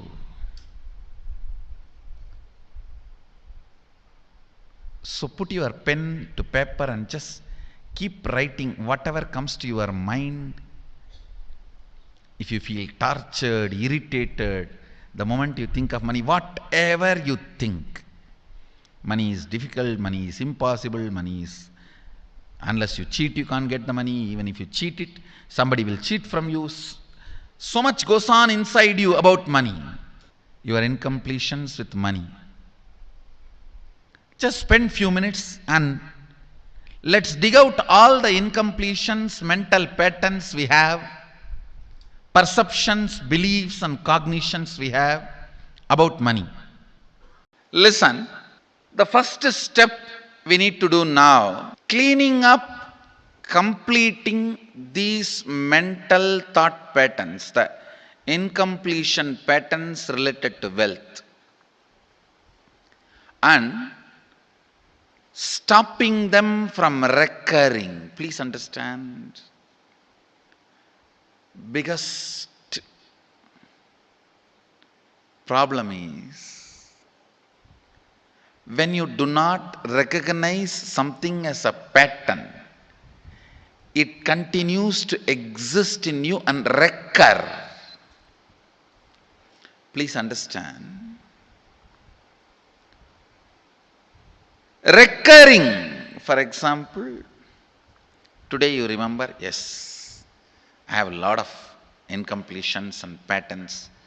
Incompletion means, let me define.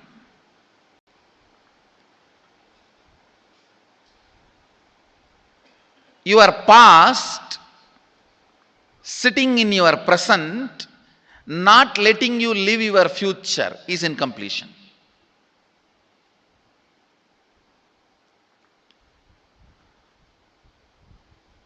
It has no logic. Because you lost love of somebody, you decide never to love again. It has no logic.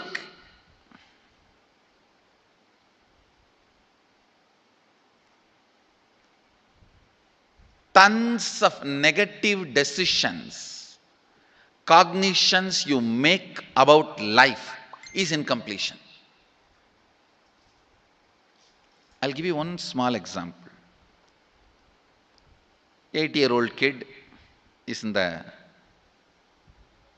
classroom. Teacher asks, who is the first Prime Minister of India? The kid jumps on the bench and shouts, Mahatma Gandhi. Naturally, the whole class laughs. Because Mahatma Gandhi is not, neither is Mahatma nor is first Prime Minister. Okay, let's leave it. When the whole class laughs, she decides never to come in the front, jump up and be active. Even after 50 years, if she becomes a CEO of a company, in the team meeting, she will be telling her ideas to somebody else and somebody else will be presenting. Even if she is the head of the meeting, she will continue to suffer the decision she made at the age of 8. How many of you see this is happening even in your life in some form? That is what I call incompletion.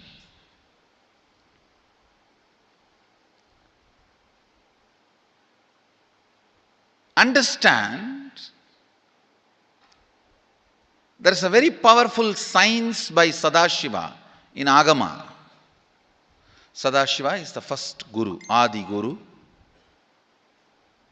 He explains in Agama, of course, the moment I utter this word, many will have many questions. What? Sadashiva? He was supposed to be God. Was he Guru? He was supposed to be energy. Was he teaching? Let me be very clear. He is the pure consciousness beyond time and space, but he also assumed form within the time and space. The formless came in form many times and taught the great spiritual truths to the world. We should not even use the word was. Is the right word.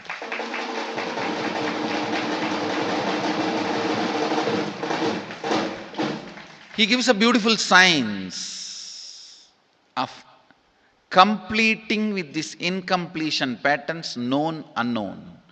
Understand, if you know the reason for certain pattern, it is called known pattern. If you don't know, it is unknown pattern. Sometimes you will have a heaviness, suffocation, but you don't even know why. That is unknown pattern. Sometimes you know why you are going through what you are going through. That is known pattern. Known or unknown, you can complete. You can be out of it. It is possible. It is possible. I'll explain this science of completion. Understand, this one technique can help you whether you want to get rid of your headache or your whole ignorance and get into enlightenment. Whether you want as simple as healing your headache or as complicated as enlightenment. Anything, this one technique can give you. This one technique, it is a complete end-to-end, alpha to omega.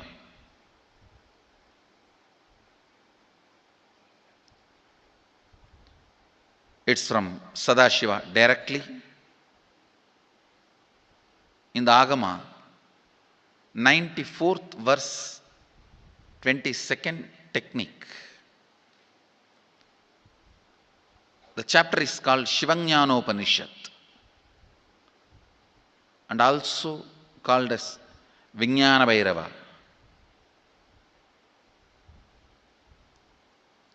Chittatyanta kritirnasti mamantar bhavayet iti vigalpanam abhavena vigalpair uchito bhavet. You don't have to remember. I am uttering every time so that I will remember. That's all. No, it is just to keep the purity of the teaching. I want all of you to know, whatever I am sharing with you is my personal enlightenment experience, which is in tune with the earlier master's experience. My Apta Pramana, my Atma Pramana in tune with the Apta Pramana, means the earlier masters. The Shastra Pramana. Only that can become your Sakshi Pramana. Never learn from a person who does not have Atma Pramana, enlightenment. He will be only Pandit, repeating. Same way, never learn from a person who claims yes, enlightenment, but does not keep his experience in tune with the Shastra Pramana and shares with you. It's always dangerous. Maybe it must have been good for him, but we don't know whether it is good for all of you. The Atma Pramana should always be acid washed with Apta Pramana, Shastra Pramana. Only that can become Sakshi Pramana, experiential reality for you. Never learn from anybody who has only knowledge, not experience. Same way, never learn from somebody who claims having only experience and does not connect, purify, make it in tune with the Shastra and presents it to you. There is always a danger. If you don't bother about the Shastra Pramana, you may be having kakka biryani. Be careful. Listen. To keep the purity of the teachings, I keep the original Sanskrit verses. I'll give you the translation now. Consciously feel within the mind stuff of past memories of incompletion with its activities as mind, intellect and ego not existing in me. By contemplating this way in your inner space, disidentify from the past impressions and memories of completion. Put your active attention at the space of past happening. Relive these imagined impressions and memories of incompletion. Then the mind stop having fully ceased from its present characteristics of forming thought patterns and cognitions is complete. Thus you become complete and achieve the original space of complete completion. Listen. Now I will explain. I have read out the translation. I will explain what to do. Now you wrote many of the patterns, incompletions, thought currents you are having about money, ideas, cognitions you developed about money from the young age. Do only one thing.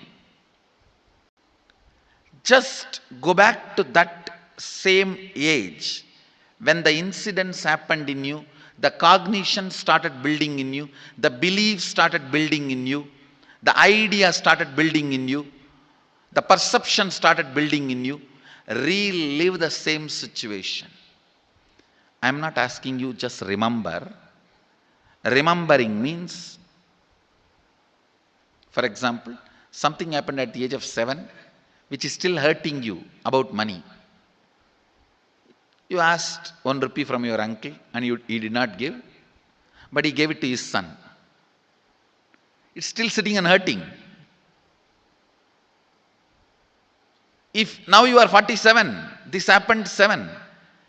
You being 47-year-old person and remembering what happened at the age of 7 is remembering. Forget you are 47. Forget who you are now. You may be having millions. Just become that 7-year-old who asked and did not receive. For you that 1 rupee must have been almost life. I have seen people, they develop even wheezing when they were not given as simple as a chocolate or a ice cream by their friend or family or brother. I have seen. Because for a child, it may be life. Just go back, forget who you are now. Become that person. When that incident happened, relive. Just see what has happened at that time. You will see many of the unknown suppressed emotions will break. And I tell you, many diseases will be healed. I have seen people walking out of tumors, cancers, asthma, wheezing, just by completion. Because many of your diseases have their roots in some of the incompletions of the past. When you relive, many pain parts in you breaks. Pain bodies collapse. The pain patterns melt down, which completes many other issues which you don't even remember. I have seen when people do completion, to complete the wealth related incompletions, suddenly they get into health, because the same incompletions which created wealth issues only were creating health issues. When they melt down, people become free even from both. Listen carefully. I'll repeat once more. Now you would have written so many patterns, incompletions, thought currents, ideas, cognitions. Take few minutes. Go back to each incident, each pain, each hurting. Relive. Relive. Relive. Don't justify what happened. Don't try to console yourself. No consolation will work. No justification will work. Neither help others nor try to help yourself. Just relive. I've seen when somebody has tears, others try to console. No, relax. You are not more compassionate than me. Let me do that job. You don't interfere in my job. Let you just go through. Even you don't try to console yourself. That is not going to work. If something has to break inside, let it break. It's okay. When you relive, the powerlessness, incompletion, loses power over you. I'll guide you step by step. And I commit with you, I'll lead you all to completion.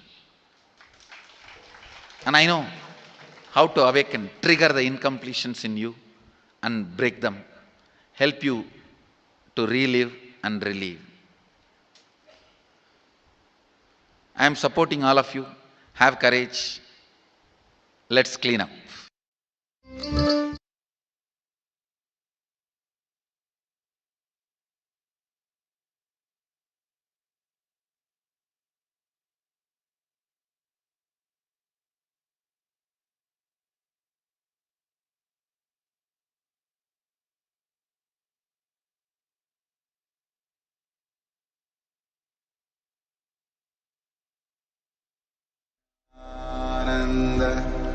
Paramashivoham.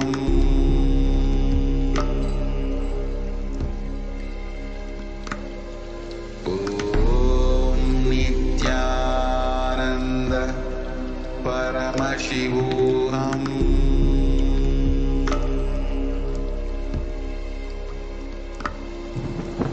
Om Nithyananda Paramashivoham.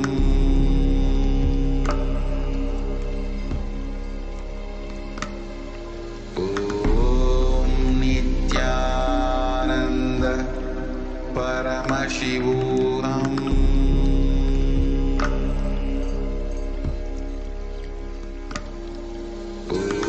Om Nithyananda Paramashivoham.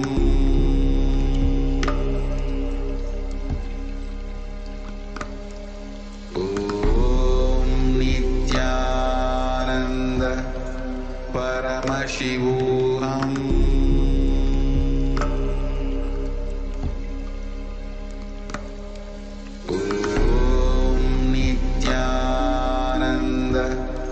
Paramashivoham.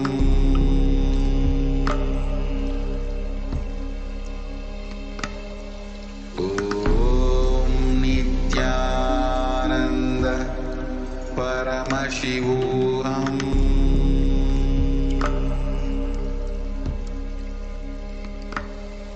Om Nithyananda Paramashivoham.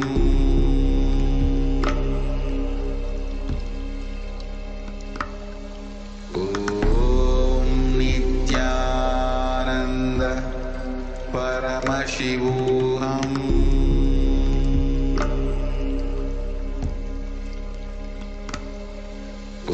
Om Nithyananda Paramashivoham.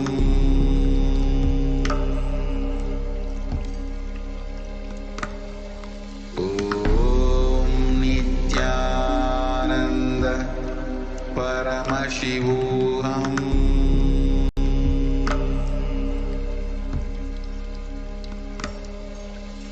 Om Nithyananda Paramashivoham.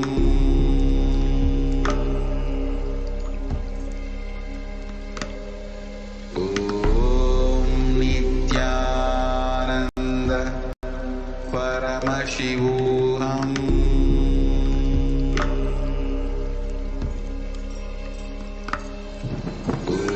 Om Nithyananda Paramashivoham.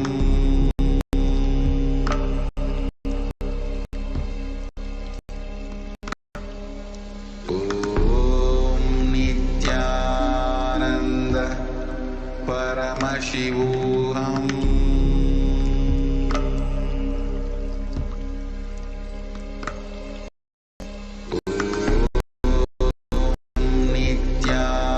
Nithyananda Paramashivoham.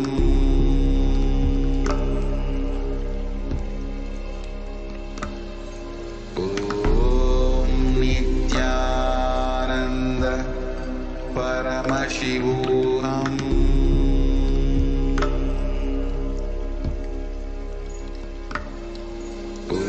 Om Nithyananda Paramashivoham.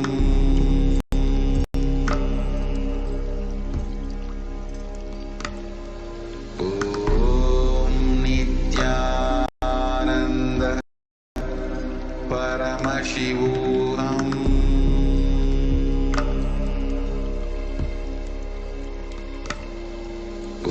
Om Nithyananda Paramashivoham.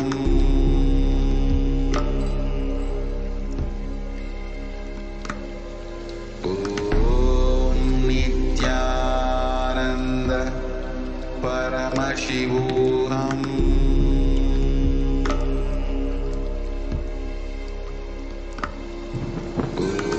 Om Nithyananda Paramashivoham.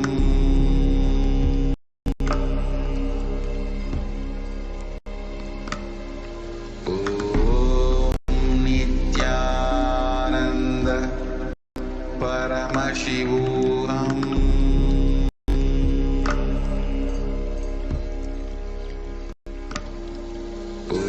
Om Nithyananda Paramashivoham.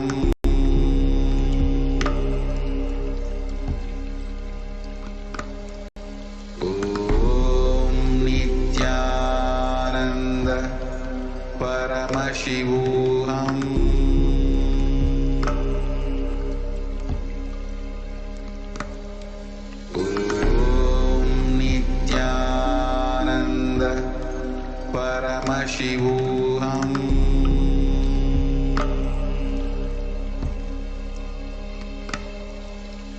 Om Nithyananda Paramashivoham.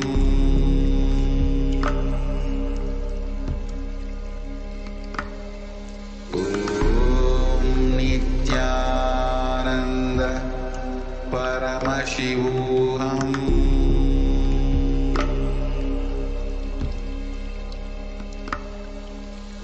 Om Nithyananda Paramashivoham.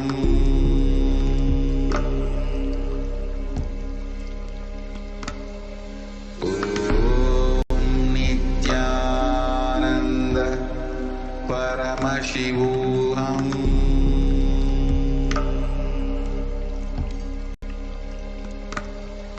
Om Nithyananda Paramashivoham.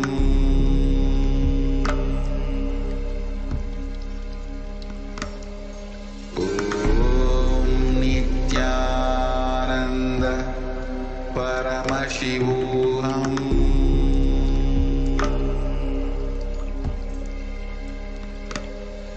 Om Nithyananda Paramashivoham.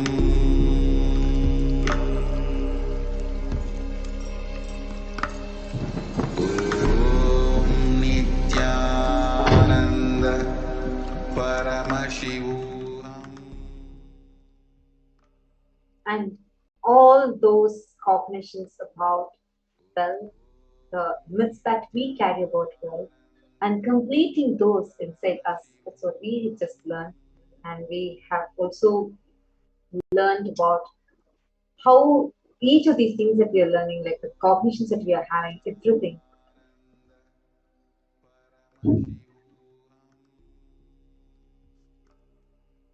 Now, how do you create a magnetic field around you to attract wealth? Actually, to all the viewers who are watching us, just a few minutes before, in the video that we all watched, Swamiji beautifully revealed to us the exercise, the steps on how exactly you can manifest, you can become a, a source to attract wealth, how you can create wealth constantly around you.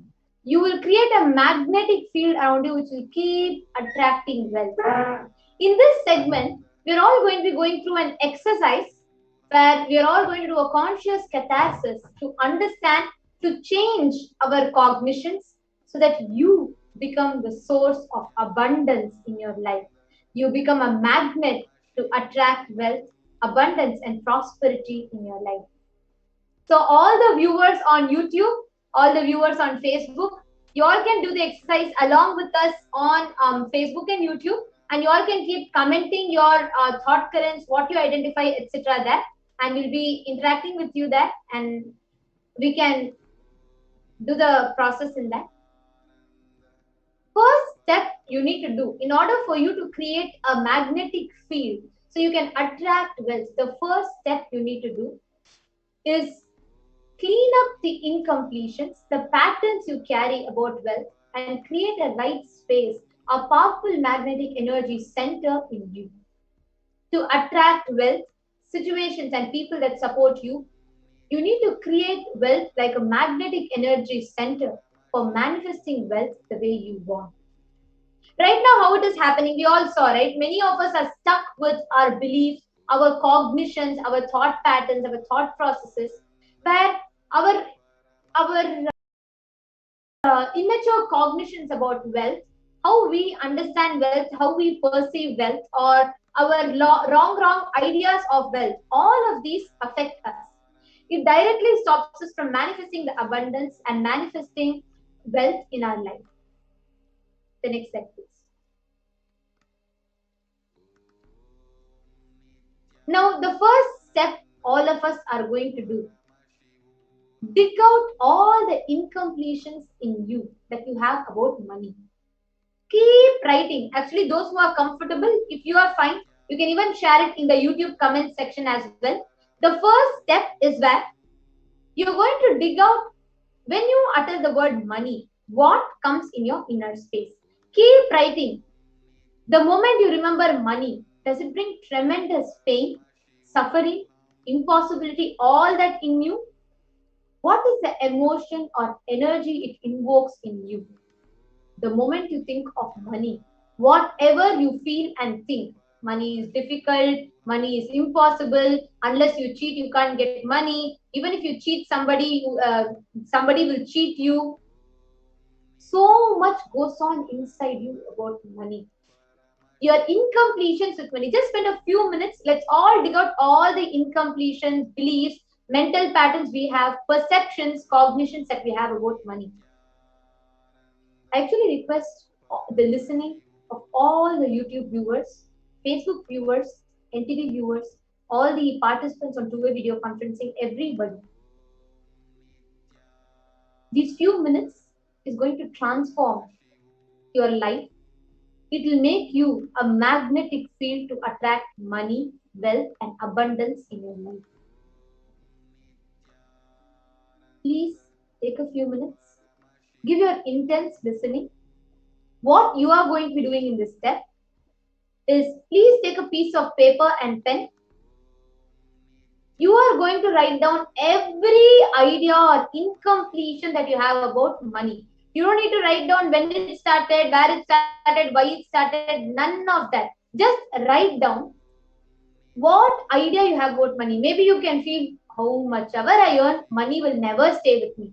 Or maybe you will feel I have been stuck with these things in my life, which is becoming like a load, which is not making me manifest money. Or you may feel I have so much of money, but I keep losing it, losing it, losing it. Or you may feel I work hard, earn money, it never stays with me. Or you may feel with money, whenever it comes to money, there's so much of pain and fear in me. Whatever, none of that. Just write whatever might be happening in your inner space. Take a few minutes to pen that down. And all the YouTube viewers, you all can post that in the YouTube chat as well, in the YouTube comment section. Let's start this step for the first 5 minutes. Please take a few minutes.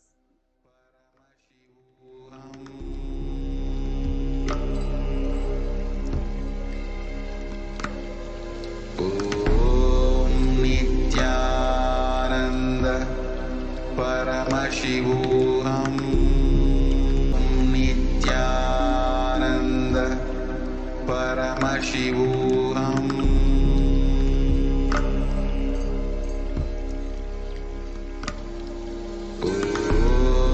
Nithyananda Paramashivoham.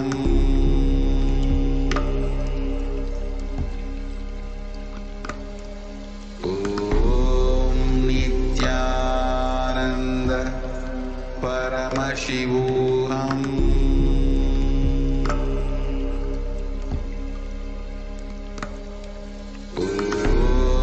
Nithyananda Paramashivoham.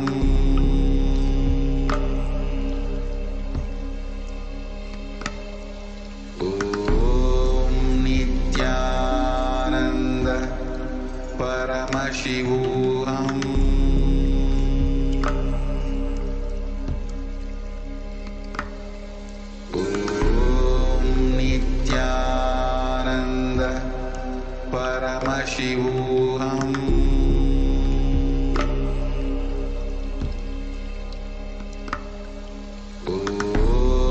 Nithyananda Paramashivoham. Nithyananda Paramashivoham. Paramashivoham.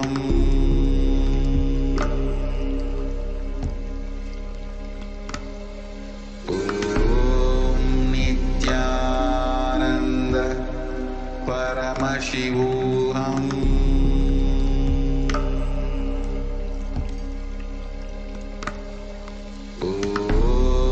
Nithyananda Paramashivoham.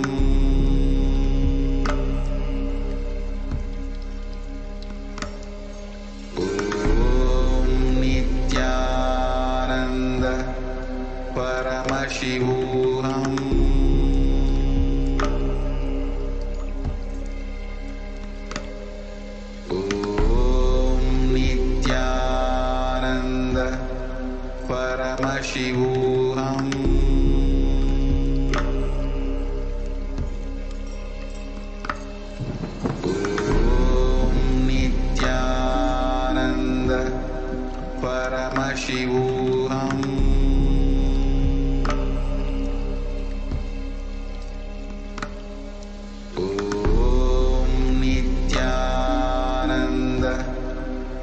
Paramashivoham.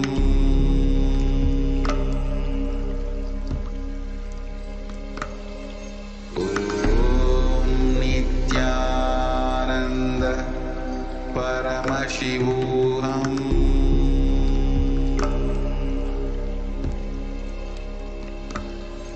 Om Nithyananda Paramashivoham.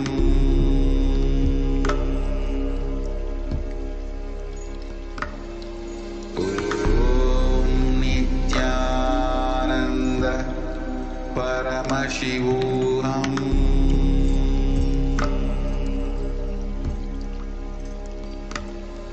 Om Nithyananda Paramashivoham.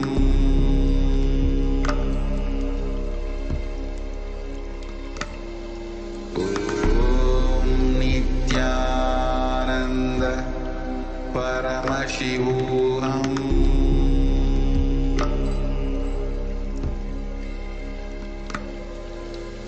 Om Nithyananda Paramashivoham.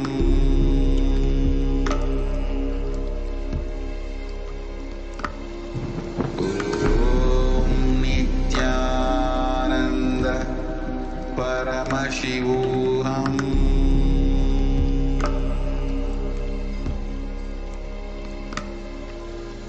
Om Nithyananda Paramashivoham.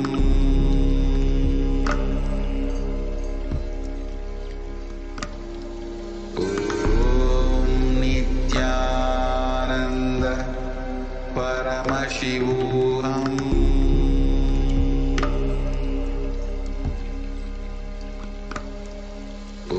Om Nithyananda Paramashivoham.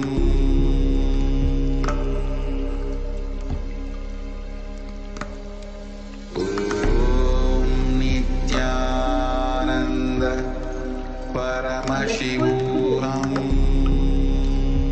The moment you think of money, whatever you feel and think, money is difficult, money is impossible, money is, unless you cheat, you can't get money. Even if you cheat, somebody will cheat from you. So much goes on inside you about money. Your incompletions with me, just pen them down. Just spend a few minutes and let's dig out all the incompletions. Beliefs, mental patterns we have, perception, beliefs, the cognitions that we have. Each belief or cognition starts with from a particular incident. Identify the incidents when the wrong or incomplete beliefs about wealth started forming in you. Relive and relive. Complete those incompletions. Go back to that same age when the incident happened, when the idea, the belief, the perception started building. We request the further slides to be projected. The next slide. We request everybody now, whatever you wrote down as your cognition, go back to identify the source incident. What, when, how did it happen? Pen them down. You all can do for one in the interest of time, and you all can spend a little bit more time and do it for the further incidents. It will take some time, but do it intensely and sincerely. Go back to those incidents, relive and relive. Complete those incompletions. Go back to that same age when that incident happened, when the idea, belief, perception started building in you. You all can go back to that incident, pen them down. Now, the second step is to consciously decide what you want to manifest the next 3 months in the wealth dimension. Write clearly what you want to manifest. We request the further slides to be projected. Next slide. The next slide, please. Write clearly what is your intention. What is it that you want to manifest? next 3 months in the field of wealth. Whatever you think as wealth, you may think more than money, a currency, a person as wealth for your life, also situation as wealth for your life, or for some being active, people even feel like extraordinary powers as your wealth. Whatever you consider as your wealth, what you want to manifest, what you want to attract in the next 3 months, please spend them down.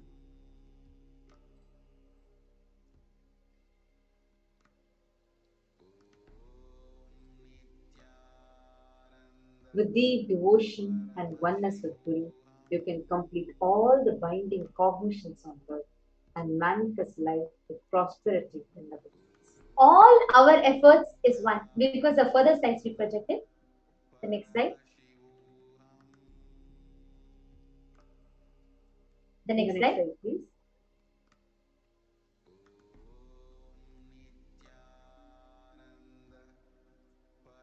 There's a beautiful Shastra Pramana, the scriptural reference, which talks about, see, so far what we did was all your effort. Now let us just take one step, after which it is the cosmos, the responsibility of Paramashiva in his embodied form as a supreme pontiff of Hinduism, who will do all the process for you and give you all the benefits. There's a beautiful Pramana from the Guru Gita, the 26th verse. Gukarastvandhakarascha Rukaraste cha uchyate Ajnanagrasakam Brahma Gurureva na samshayaha. The syllable Gu is darkness and the syllable Ru is said to be the light. There is no doubt the Guru is indeed the supreme knowledge that swallows the darkness of ignorance. There's another beautiful verse from the Guru Gita.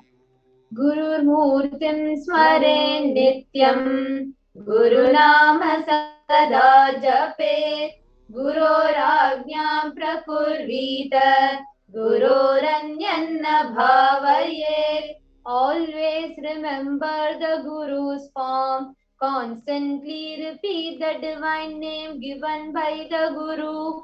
Always follow the Guru's commands. Think of nothing other than the Guru. In Paramashiva's own words, he says, just remember Guru. Constantly repeat his name and always follow what the Guru says. Think of nothing other than the Guru. The next slide, please.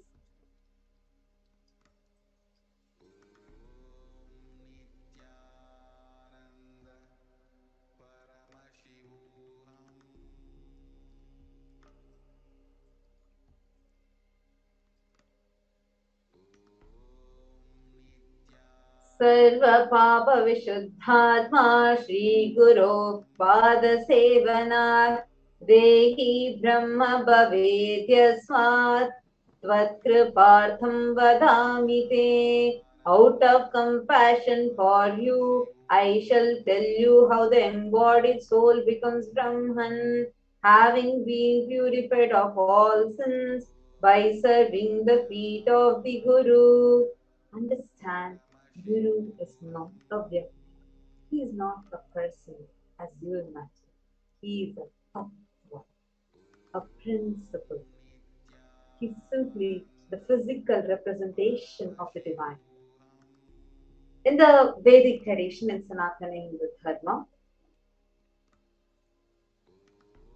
the Guru is said to be more important than God himself. God is always everywhere, but it is a Guru who opens the disciples' eyes to the existence of God. Guru is a doorway for one to experience the divine. Guru exists as embodiment, the manifest form of Paramashivoham. God is the unmanifest form of Guru.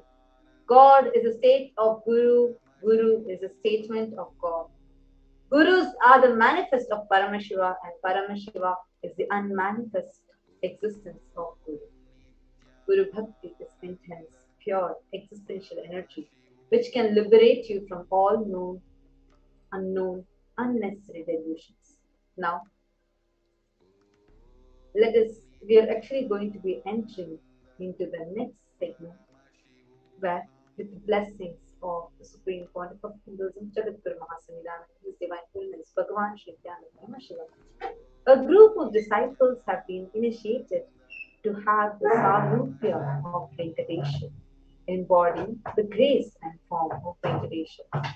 Any question or prayer that is taken to Bhagavan Venkateshwara, and Bhagavan Venkateshwara responds through the initiators. So we are having the form. There is a form to be projected. Let's go to the further slides. Yes. tinyurl.com/daily readings. We request everybody to take a few minutes. In this segment, you're going to be witnessing the initiated disciple, the sannyasi, who will be in a Sarupya oneness with Swamiji, embodying as Bhagavan Venkateshwara, who will take any questions of yours to Swamiji, the Nija avatar of Bhagavan Venkateshwara, and reveal whatever answers is revealed to you. So you all can take a few minutes to fill this form, and you all will be receiving the answers from Bhagavan Venkateshwara. And since this will be interest on time, it will be on the first questions will be given the preference and will be taken. So let us now get ready to enter into the next segment.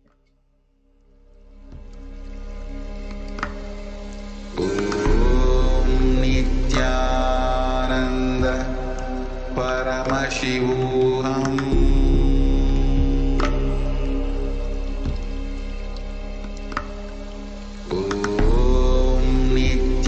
Nithyananda Paramashivoham.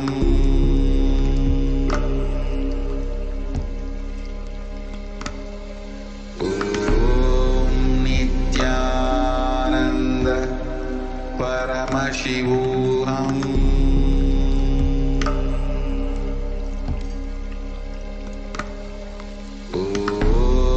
Nithyananda Paramashivoham.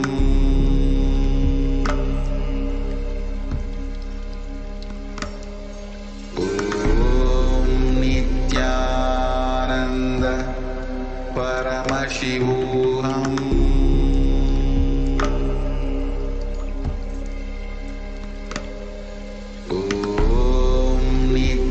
Nithyananda Paramashivoham.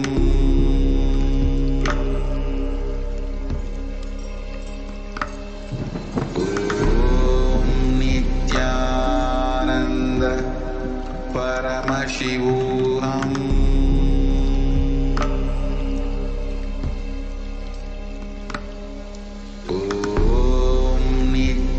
Nithyananda Paramashivoham.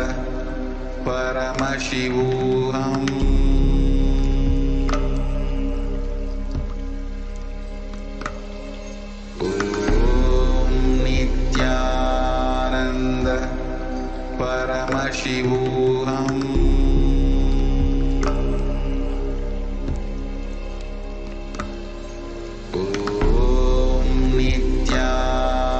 Nithyananda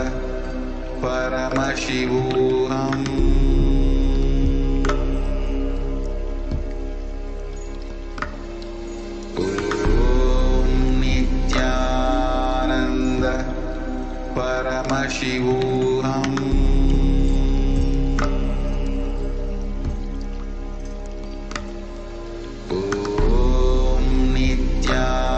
Nithyananda Paramashivoham.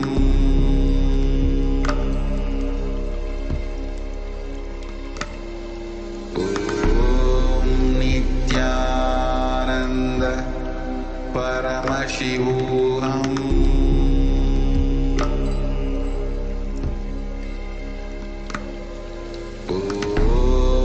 Nithyananda Paramashivoham.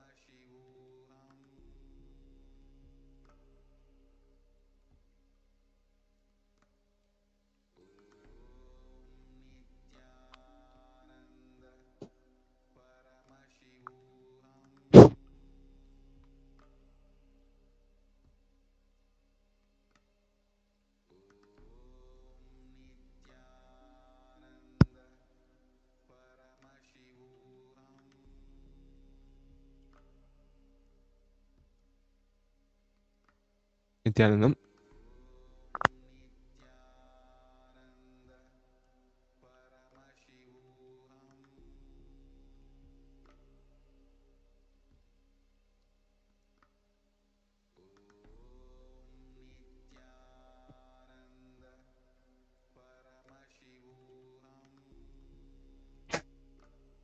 Nithyanandam, we will now be entering into the Venkateshwara readings.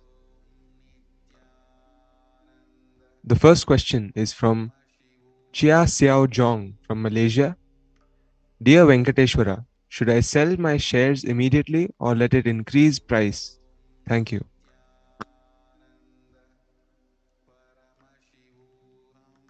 Blessings of Venkateshwara.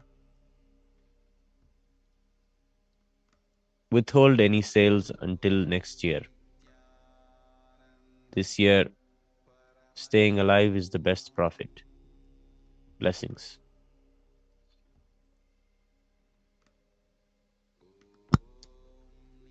The next question is from Parameshwari Krishnan from Malaysia.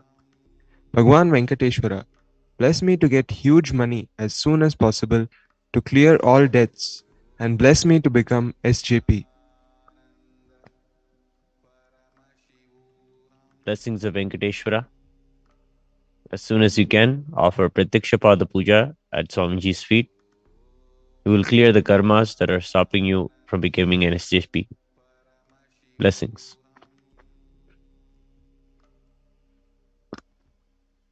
The next question is from Ma Nitya Mahagovinda Rupini Ananda from Germany. Dear Lord Venkateshwara, please reveal to me ways and possibilities on how I can create an energy field within me to attract wealth, abundance, prosperity, and money. Please guide and support me. Thank you. Blessings of Venkateshwara. Whether you think you have wealth or not, start contributing to other people's lives in any and every way possible. This is the way you will create the energy field around you. Blessings. The next question is from Kayla Samuels from the United States. Dear Venkateshwara, what is my passion and what business should I create from it? Thank you.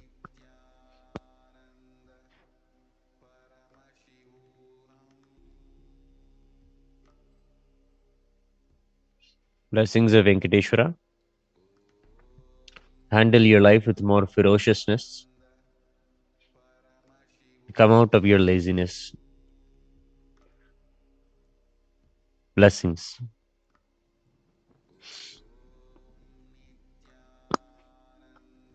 The next question is from Tara Thomaso from Guadeloupe.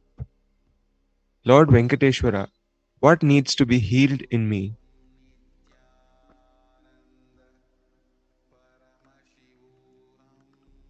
Blessings of Venkateshwara.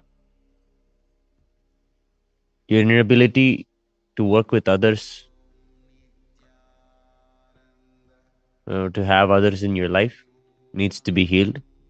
Immediately start sharing Swamiji's teachings with everyone and cause their reality. Blessings.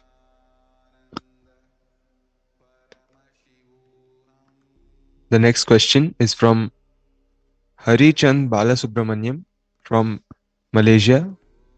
Dear Venkateshwara, please bless me to be able to get back all my money from my friend to clear all my debts. Shower me with 16 types of wealths and 64 types of skills.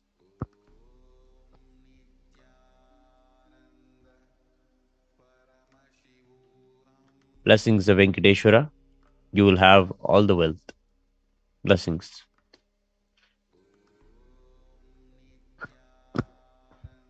The next question is from Azad Paul from the United States.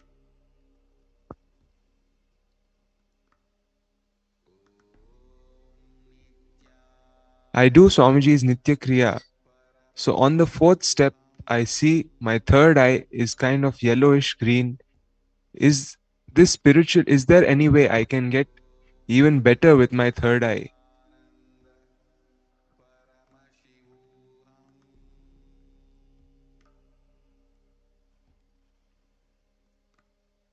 Blessings of Venkateshwara.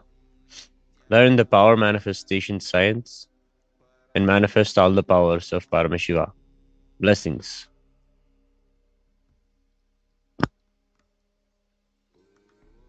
The next question is from Ang Shi Jian from Malaysia. Dear Lord, how can I sell my 2 cars the month with good price, Malaysian ringgit 16,000? Can you please remove black energy from my grandmother and let her be in longevity? Thank you.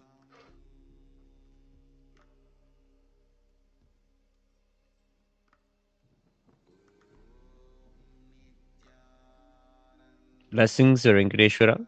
This year, secure all your assets. Do not make any big sales or anything. Offer Kala Bhairava Puja on your grandmother's name. Blessings.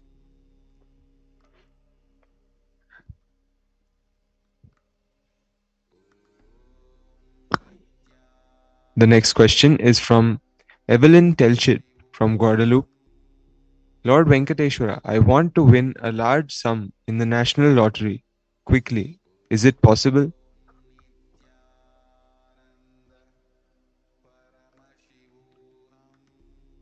Blessings.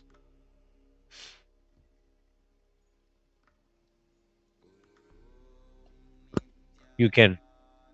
Clue in. Blessings. The next question is from Ang Ching Fai from Malaysia. What kind of job or career am I suitable for? Where should I start?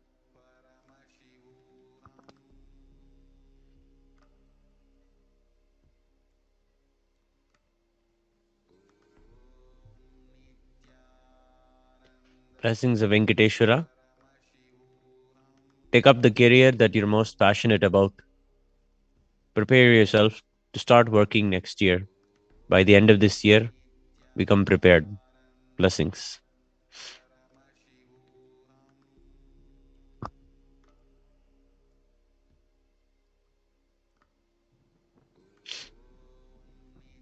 The next question is from the last question for today is from Xiao Zhong Chia from Malaysia. May I know when my houses will be sold for SJP? How much can I sell for each house? Thank you.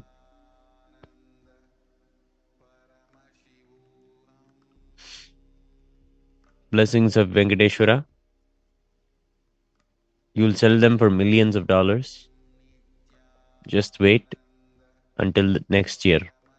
Blessings. With this, we come to the end of today's Venkateshwara readings. We offer our gratitude to Lord Venkateshwara and seek his grace and his blessings. Nithyanandam.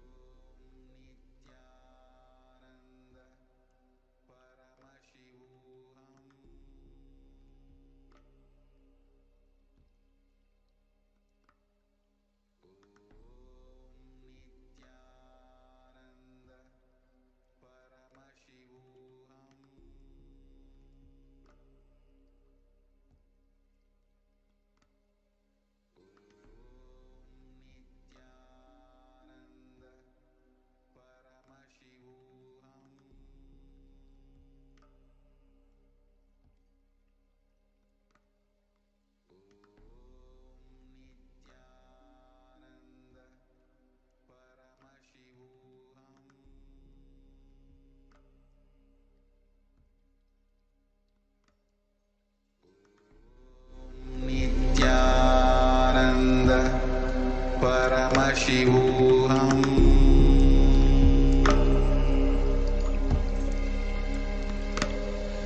Om Nithyananda Paramashivoham.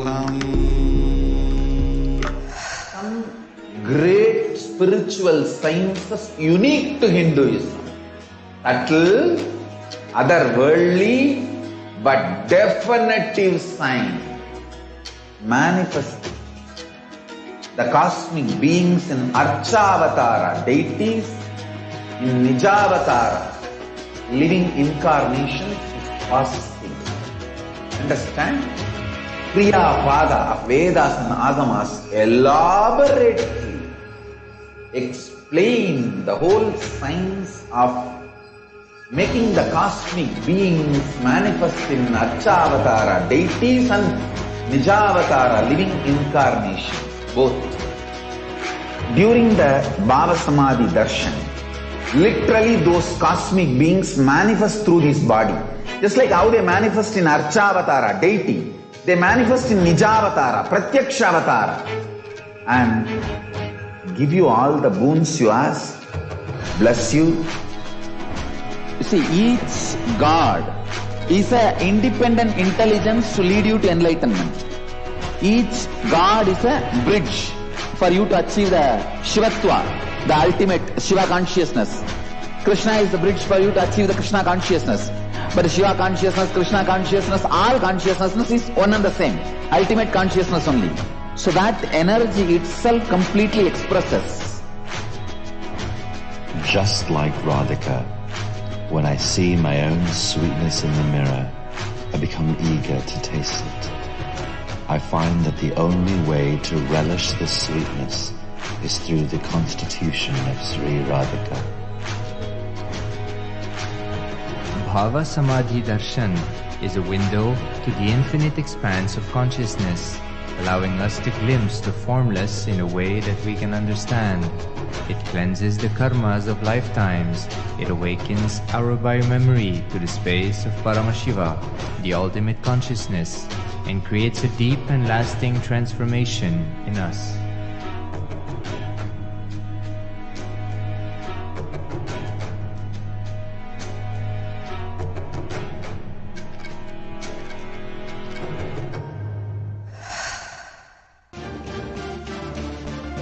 All-powerful cognition, knowledge, only when you live, power manifestation and possibilities manifestation happens. It's a fundamental truth.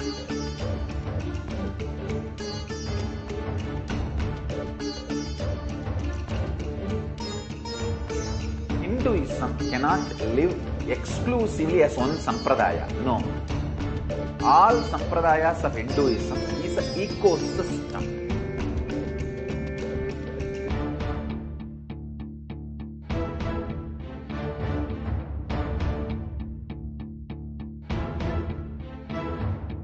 So don't keep quiet thinking that if one sampradaya is attacked, only that sampradaya is going to be affected. All of us are ecosystem.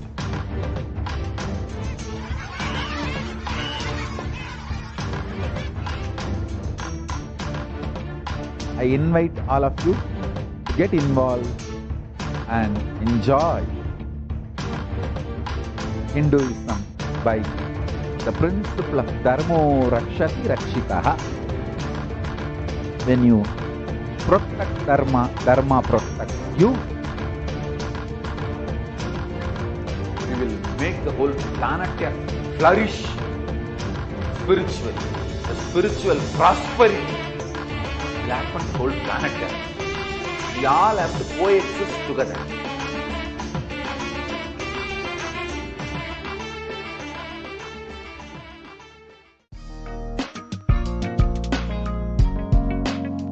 We get you health. We get you ability to build beautiful relationships in your life. We get you direct spiritual support, and we make sure you become wealthy.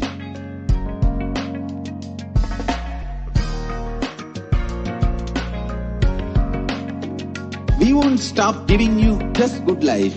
We will literally not stop till you live enlightened life.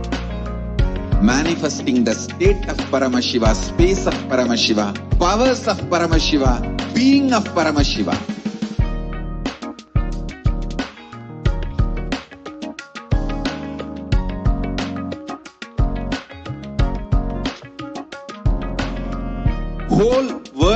should become e-Kailasians.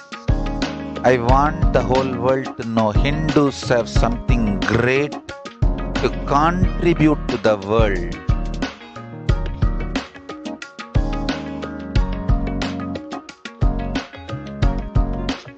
We have something great to contribute to the world.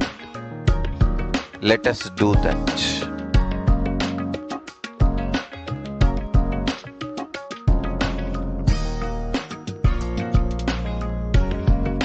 E-Kailasa is proper customized spiritual service helping you to identify your root patterns of suffering. We have perfected the science of helping every individual from every cultural, religious, nationality background.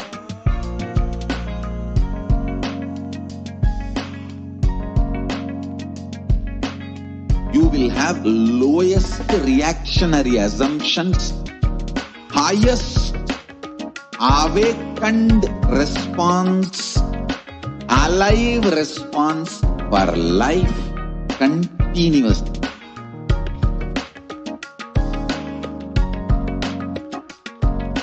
E-Kailasa is enlightenment ecosystem, literally enlightenment itself in your own home, wherever you are. Proper customized spiritual service helping you to complete with your life negativity, withdrawal from life, self-hatred, self-denial, self-doubt, so much of tiredness, laziness. We can support you aligning your diet, your attitude, your aptitude, your understanding about life. We can help you with everything.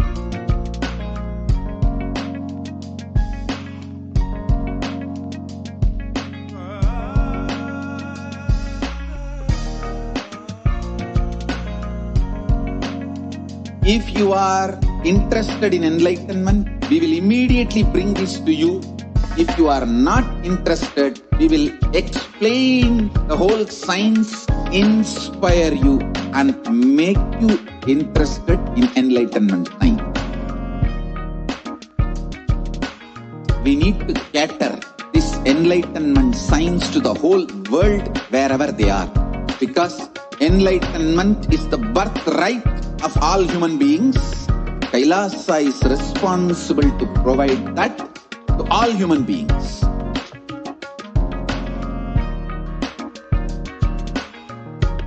Kailasa is the totality of the knowledge I received from my gurus and practice manifested in my life, perfected by teaching millions of people from all cultures, time zones, backgrounds, genders, nationality, race, from every creed.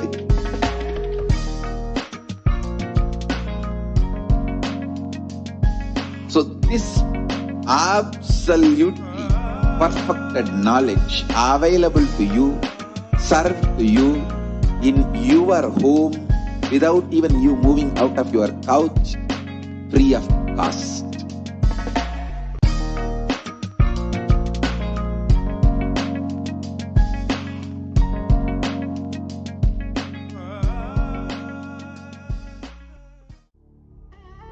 What I mean by the word Nithyananda Paramashivoham.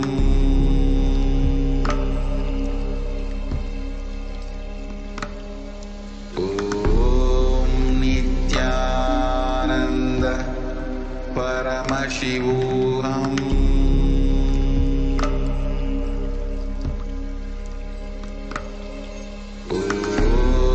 Nithyananda Paramashivoham.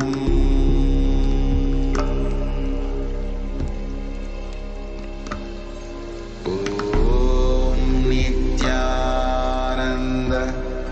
Paramashivoham.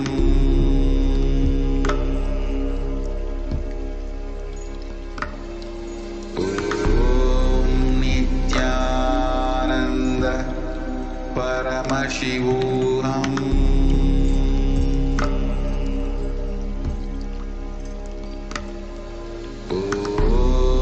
Nithyananda Paramashivoham.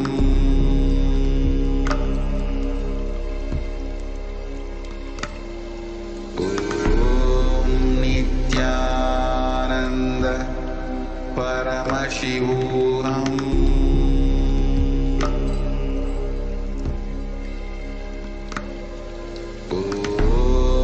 Nithyananda Paramashivoham.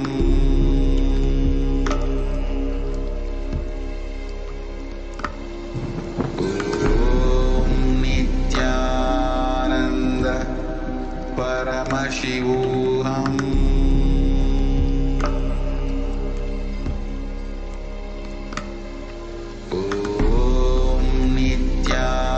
Nithyananda Paramashivoham.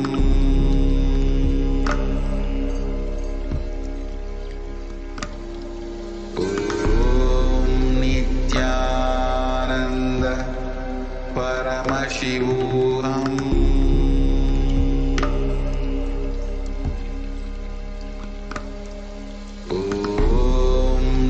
Nithyananda Paramashivoham. Nithyananda Paramashivoham. Nithyananda Paramashivoham.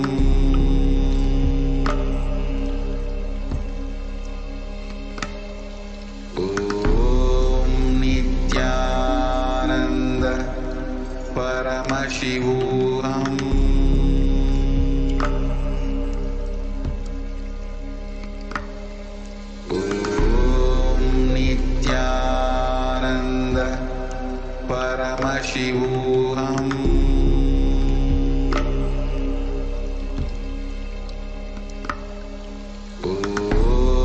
Nithyananda Paramashivoham.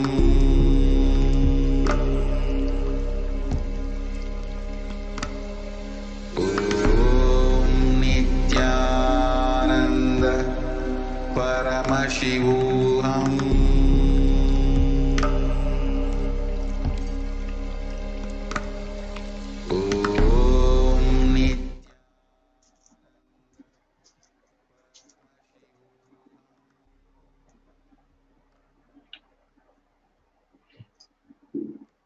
Nithyanandam, dear viewers, welcome back.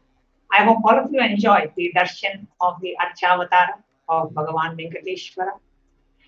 Being able to receive the answers directly from the deity.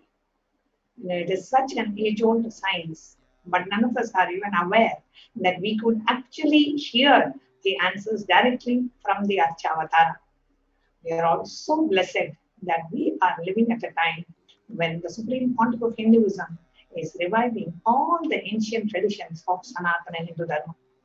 Being able to converse with the Archavatara, being able to hear the questions, the answers directly. When you talk to the deity, you are able to receive the answers in a language that we can understand. So in the next segment of today's program, as we are getting ready to have the darshan of the Nija Avatara of Bhagavan Venkateshwara, Bhagavan Venkateshwara, the Lord of wealth, abundance, and prosperity, manifesting in our lives through in the physical embodied form of the Supreme Pontiff of Hinduism, the very expression of whom brings so much of auspiciousness, abundance, and this segment we are going to share with you how we can all connect with Bhagavan Venkateshwara. And as we are going to share and start this segment, we request each and every one of you who are watching us in this segment to please come and share any breakthroughs you have had. If you are watching this segment now, we request you to come to the Kailasa's HDH Nithyananda, the official YouTube channel of the Supreme Pontiff of Hinduism. And in the chat, please share what has been your experience of Bhagavan Venkateshwara. When you had the darshan of Bhagavan Venkateshwara, what has been your experience? We have had so many darshans of Bhagavan Venkateshwara so far. So please come and share your experience in the live chat, and we'll be taking in live comments, and we'll be reading out your comments to our viewers today. So what has been your experience of Bhagavan Venkateshwara? How has been your experience when you had his darshan? What really happened in you? How the darshan of Venkateshwara manifested as wealth, abundance, and prosperity in the inner space and in the outer space. So that is what we are going to see in this segment. So with that, we will now quickly move on to how we can relate with Bhagavan Venkateshwara.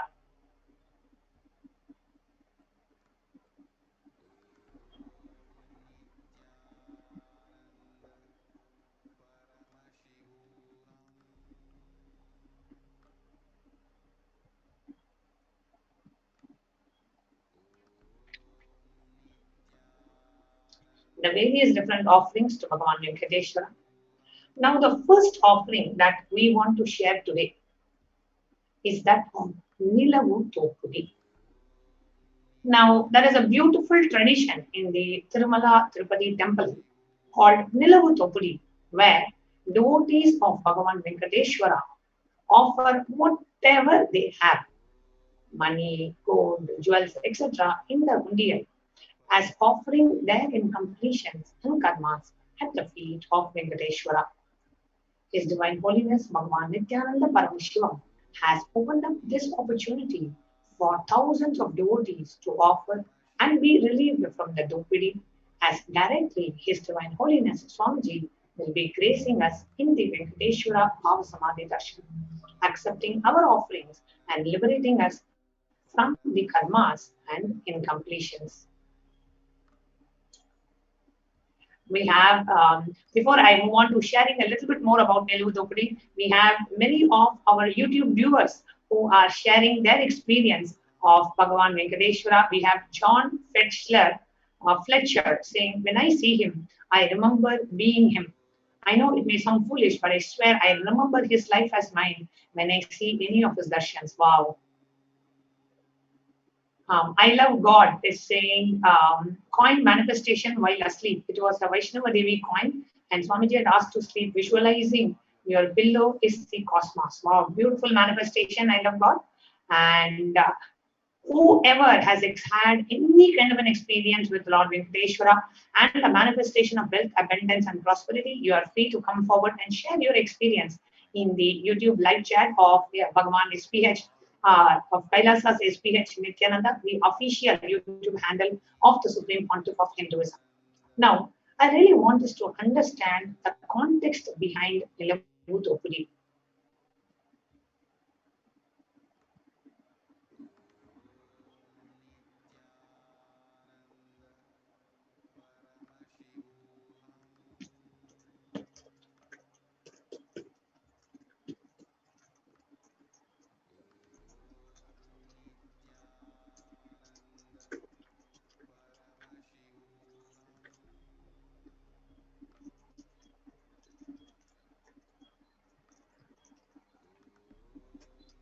Okay. Now, Nilavu Dopudi. Dopudi means literally snatching away from head to toe. Whenever we want to manifest something in life, something, see, some of us may consider having a best job as wealth in our life. Some of us may consider having a best relationship as wealth in our life.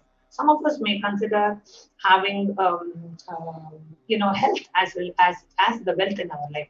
So my question to each of you who are watching this live on YouTube and Facebook is, what do you consider as wealth in your life? Please do come and share in the YouTube live chat. What do you consider as wealth in your life? By attending today's Venkateshwara Bhava Samadhi Darshan, what is it that you want to manifest in your life? Please come and share it on the YouTube live chat. If you're watching us on YouTube, or even if you're watching us on Facebook, we request you to please come to the YouTube live chat and share your experience in the live chat, please. What is it that you want to manifest by having the darshan of Bhagavan Venkateshwara today?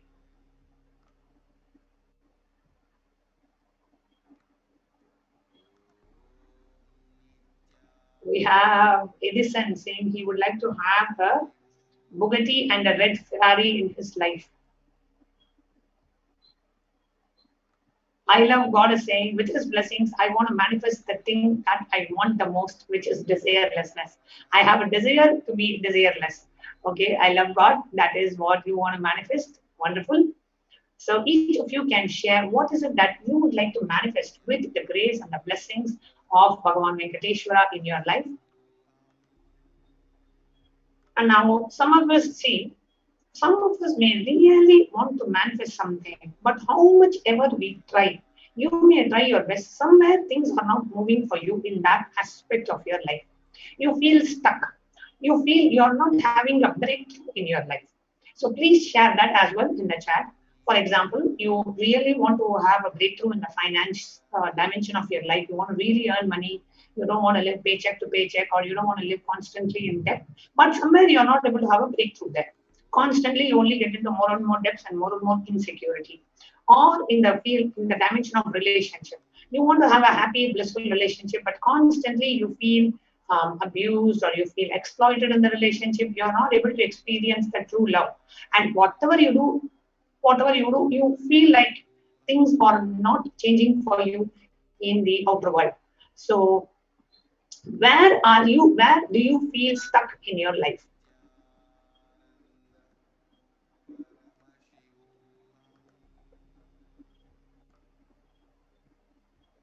So please come forward and share that as well.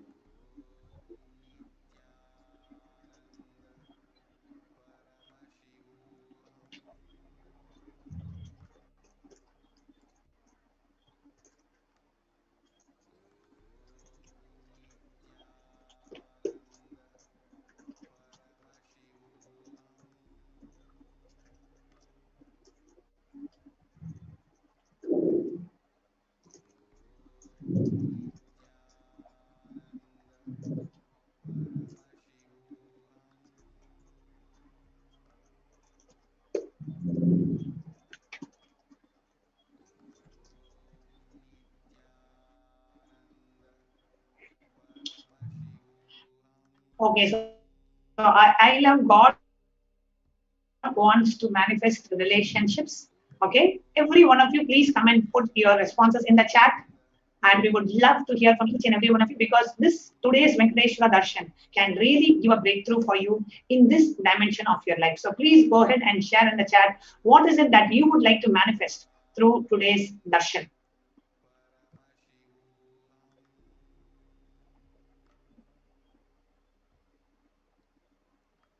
Let's see what each of us want to manifest. And where do you feel stuck? Where do you feel you need a karmic breakthrough? Means you are stuck in a certain thought current. You are stuck in a certain thought pattern in your life. Where is it that you feel stuck in your life? So please go ahead and mention that as well. See that the where you feel stuck in a certain thought current, you are thinking in a certain way or you're acting in a certain way, you're not able to change your cognition, you're not able to change your beliefs, you're not able to change your judgments about the situation, wherever it is, you feel stuck in a certain dimension of your life. You feel stuck because you are only able to think in a certain way. You're not able to have a breakthrough in your thought current. So please go ahead and mention that. I love God is saying relationships is where I feel stuck. However, I take it as a defined will. John Fletcher is saying, I always get confused because I never want to miss anything. I want to reach goals I set and have a breakthrough that I have been longing for. You get confused and that's where you feel stuck, okay? And Geeta Govindaswamy is saying, you want to be a part of forming Kailasa in Malaysia. Beautiful. Okay. Now, let us understand what is karma. Only when we understand what is karma, we can see how to have a karmic breakthrough in our lives. Now, what is karma? Karma means stuck in a certain thought current, a certain flow of thought, certain thought currents. For example, If you have an understanding that, or if you have a cognition, or if you have a belief, or if you have a preconceived idea that I am not capable of making money, or whatever money I earn will always be used. People will always exploit me. I will never be able to make money. I am not good enough. I am not smart enough to make money. Even though you want to come out of it, or in a relationship, always people exploit me in the relationships. Whatever it may be, you are stuck in a certain thought current. You want to change this cognition. You want to believe that no, I am capable. I am capable. You want to keep change that thought current, but you are not able to. You every time you come back and feel no. I don't think I am. You try for 5 days and you come back and you feel no. I tried. It's not working out. I don't think it is possible for me.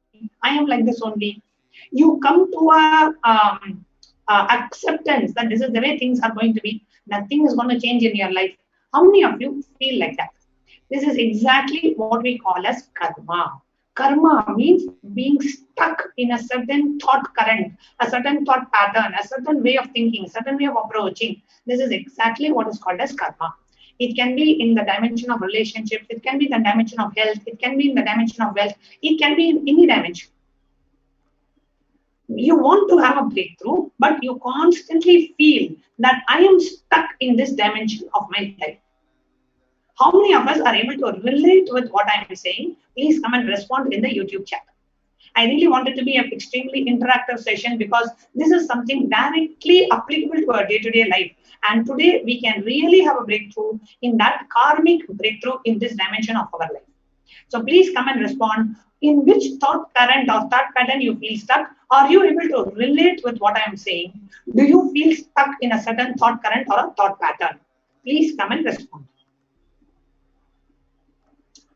Okay, so John Fletcher is saying, I always see the more you interact, the more you will be able to imbibe, the more today you can have a karmic breakthrough.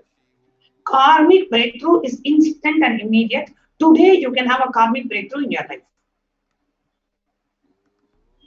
Yes, John Fletcher is saying, I always feel cursed. I ask to make more money and never have to worry about that again. I want my family to overcome anything that they feel is hindering them. So the thought current that John Fletcher is feeling stuck in is he always feels cursed. He always, I ask to make money and I never have to worry about making money again. Great. Janelle Sheila from Trinidad is saying, Venkateshwara gave me the wealth of feeling a trust in existence. I am taken care of. I experienced a feeling of love and gratitude. He was with me in all my lifetimes and all dimensions. Beautiful. John Fletcher is saying he is able to relate with it 100%. Beautiful. So now, Janelle Sheila, also look in and see, are you feeling stuck in a certain thought current or a thought pattern in your life? Let us identify the karma which is stopping us from manifesting wealth. When I say wealth, I don't mean just money in the bank balance or the properties or the wealth you have. I mean whatever you define as wealth. Wealth may be health, wealth may be relationship, wealth may be job, wealth may be education. Whatever you define as wealth for your life. In that dimension, are you able to have a breakthrough or do you feel stuck? If you are feeling stuck, let us identify what is the karmic pattern or the thought current in which we are feeling stuck. I am not able to break out of this pattern. I am not able to break out of this belief. I am not able to break out of this cognition. When I say cognition, it means what is the belief that I have? Sometimes we may believe I am not at all good in generating wealth. I am not at all good in business. I am not at all good in relationships. I never get what I want. All these are ideas which we so strongly believe and we are not able to come out of it. This is what is called as karma. So pen down the karmic thought current that you feel stuck, which is not allowing you to manifest wealth in your life. And please come and share this in the YouTube chat. This can really, today, there's the Darshan and the Nilutopudi ritual can really help you get a breakthrough in this dimension of your life. So that is why we are doing this assignment. So please take a paper, pen down the karmic thought current that you feel stuck, which is not allowing you to have a breakthrough in what you consider as wealth in your life. Let's take a few moments to pen this down.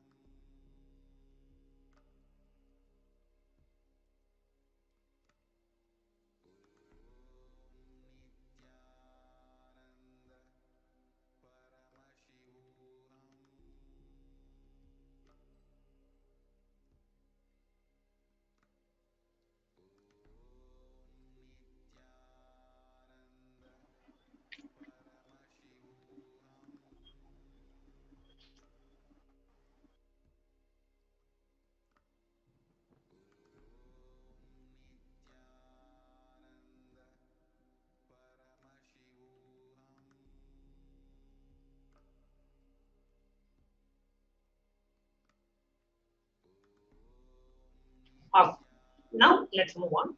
What is Nilavu Dopadi and how can Nilavu Dopadi help us have a breakthrough in the wealth dimension of our life? Now, whatever karmic pattern that you feel stuck in, if you are able to break free out of that karmic pattern, if you are able to have a breakthrough in that karmic pattern, immediately the wealth manifestation will happen in your life. Now, today we have a very beautiful ritual called Nilavu Dopadi, which is only available on the day of the Venkateshwara Bhava Samadhi Darshan. What is Nilavu Dopadi? Nilavu Dopadi is offering all your karmas at the feet of Bhagavan Venkateshwara, praying to him to snatch away all your karmas.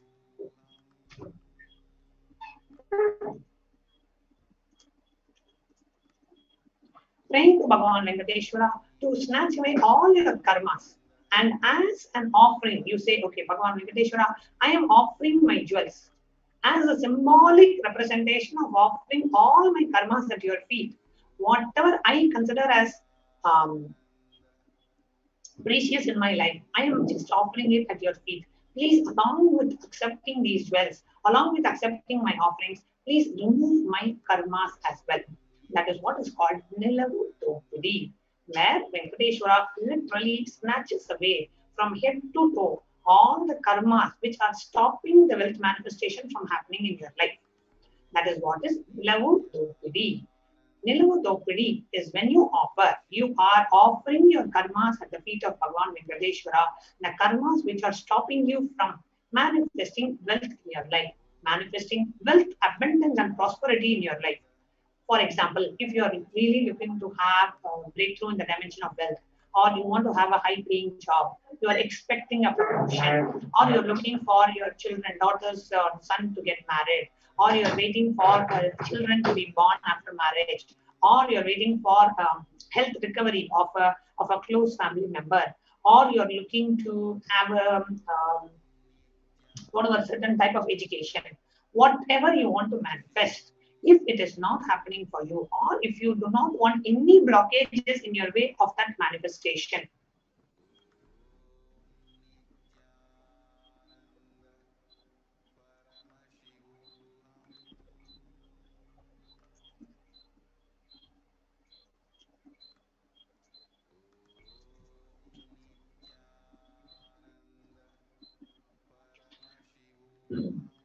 and you do not want anything in the way of that manifestation, you can participate in this ritual and you can offer literally from head to toe, removing all your karmas and dropping it at the feet of Venkateshwara.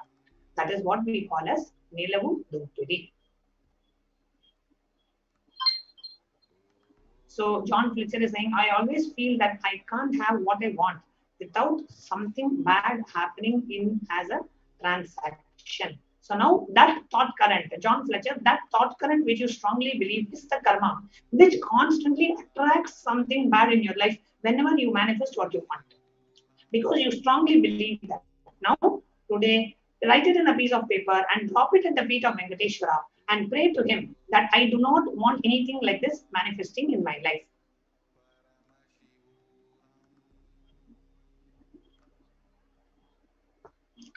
So, how do we take part in this Nilavu Dopadi ritual? I'm going to explain now. Now, you dress yourself as Bhagavan Venkateshwara by adorning yourself with all the gold, silver, and other jewels you have. Now, during the darshan, spread out a clean piece of cloth, preferably white, in front of Swamiji's Atmamurti.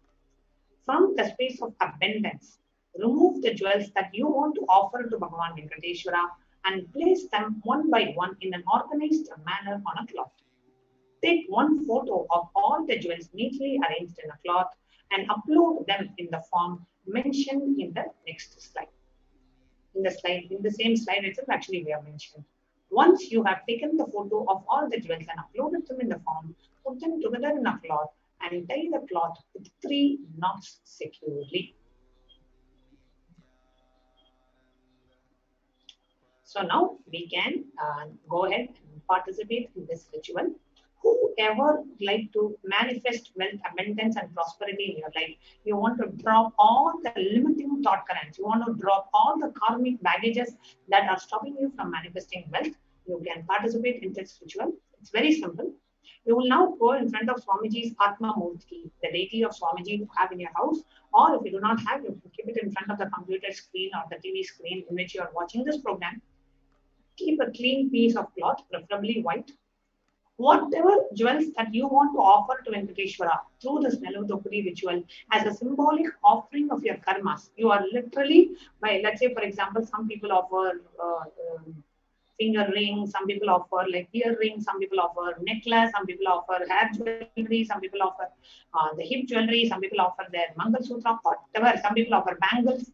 You can offer anything. Some people offer gold watches, some people have offered diamond necklaces, some people have offered diamond earrings, whatever you want, you can offer.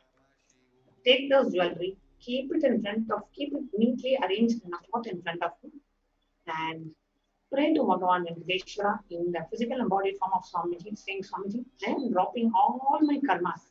You're stopping me from wealth manifestation. I am just dropping it at your feet. You please remove or snatch away all these karmas from me by taking away these items. You are literally praying to Venkateshwara to snatch away all the limiting thought currents and thought patterns and karmas in your life. Then take a photo of all the jewels neatly arranged in the cloth and fill the form tinyurl.com/Venkateshwara-offerings. So we'll give you a few minutes to do this. Please go ahead and participate in this ritual and fill the form tinyurl.com/Venkateshwara-offerings. Please take a few moments to go ahead, and you can do this ritual now itself. Just before the darshan, you can participate in this ritual, and you can get ready to receive the darshan of Venkateshwara. Because before seeing Venkateshwara itself, you are requesting him, take away all my karmas. I am dropping it at your feet. You are coming now, you please take it. Only when you keep it in front of him, he can take it, right? So we are doing this ritual now itself, keeping everything at his feet. So when he comes, he can just snatch it away from you. He can just take it away from you, so that whatever blockages remain in your dimension of wealth, it can be removed during the darshan. So let's all take a few minutes to go ahead and participate in the Neluvutopuri ritual. And if you have any questions, you can post it in the YouTube chat. We'll be answering any questions that you have.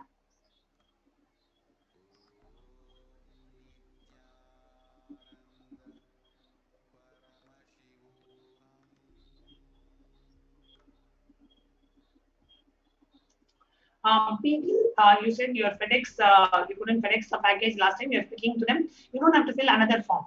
If you've already filled a form for the last time, that is enough. You don't have to fill another form. You can just go ahead and speak to the FedEx and go ahead and ensure that your shipment goes up immediately. Sahana is saying, Swami, I want to come out of all limiting cognitions which is prohibiting me from possibility. Just write it in a piece of paper, keep it in front of the Atmamurti Ma Sahana. And if you want to participate in the ritual, you can participate. Whatever you have, just drop it and request Bhagavan Venkateshwara to snatch away those patterns, those limiting cognitions from you by participating in the Neluvutopuri ritual. We'll give you a few minutes so that you can go ahead, participate in the ritual and fill the form.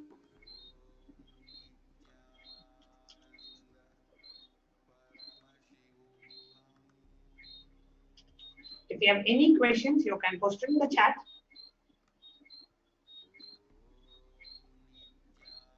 This ritual is offered only on the day of Venkateshwara Bhava Samadhi Darshan. It's very special, offered to Venkateshwara. He is called as somebody who snatches away. He does the Nilavudopidi. He snatches away our karmas, our incompletions, blocking the manifestation of wealth. And if you have any questions, thank you, Masahana. And if you have any questions, you can post it in the chat. And also, when you are offering the Neluvutopuri, just write on a piece of paper what is the karmic pattern you are submitting.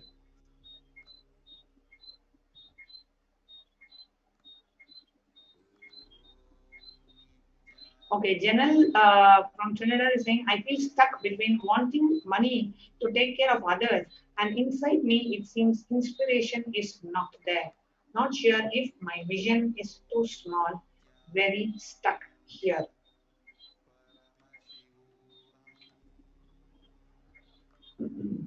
Janal, I understand what you are writing. Now, Janal, just look to yourself. Really look in and ask yourself. Have a mature conversation with yourself. What is it that you really want to manifest in life? Have a mature conversation with yourself now and really ask yourself, what is it that you want to manifest? And second, why you are not able to manifest what you want to manifest. And third, drop that particular blockage or pattern, whatever you think is stopping at the feet of Venkateshwara now. Offer that as Nelavotopudi. Offer your karmas as Nelavotopudi. Please do that now. What you want to manifest, why you are not able to manifest, what you are not able to manifest, what you feel as stopping you from manifesting. A.R. Krishnanaya, you are asking help with manifesting more wealth. So you can just attend the Venkateshwara Darshan and you will see just having the Darshan of Venkateshwara is enough for you to manifest wealth, abundance and prosperity in your life. So we are just giving a few minutes for those of you who are participating in the Nelavotopudi offering to go ahead and fill the form and do the ritual before we move on to the next segment.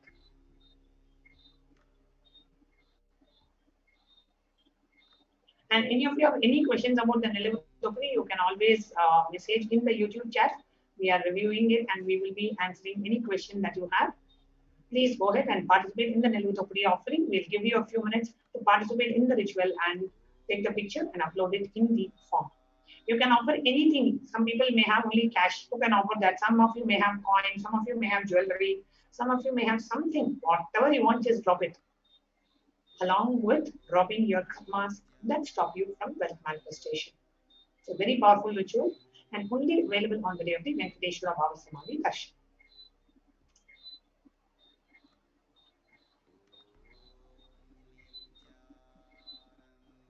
Please go ahead and participate in the ritual now.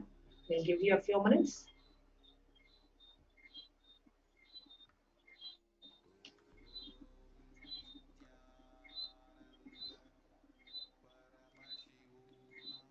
And if you have any questions, you can always post it in the YouTube chat. And we are monitoring the chat constantly and answering your questions.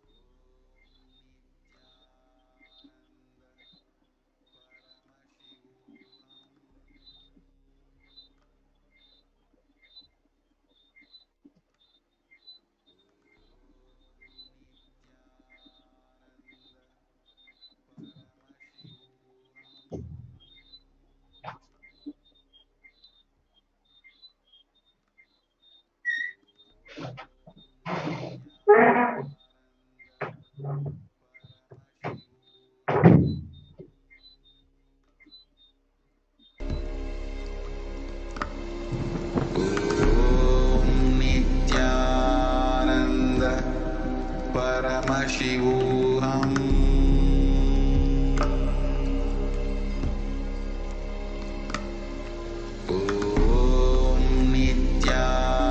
Nithyananda Paramashivoham.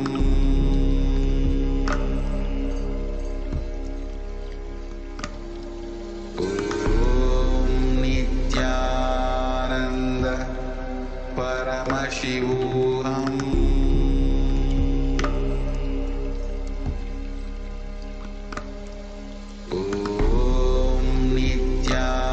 Nithyananda Paramashivoham.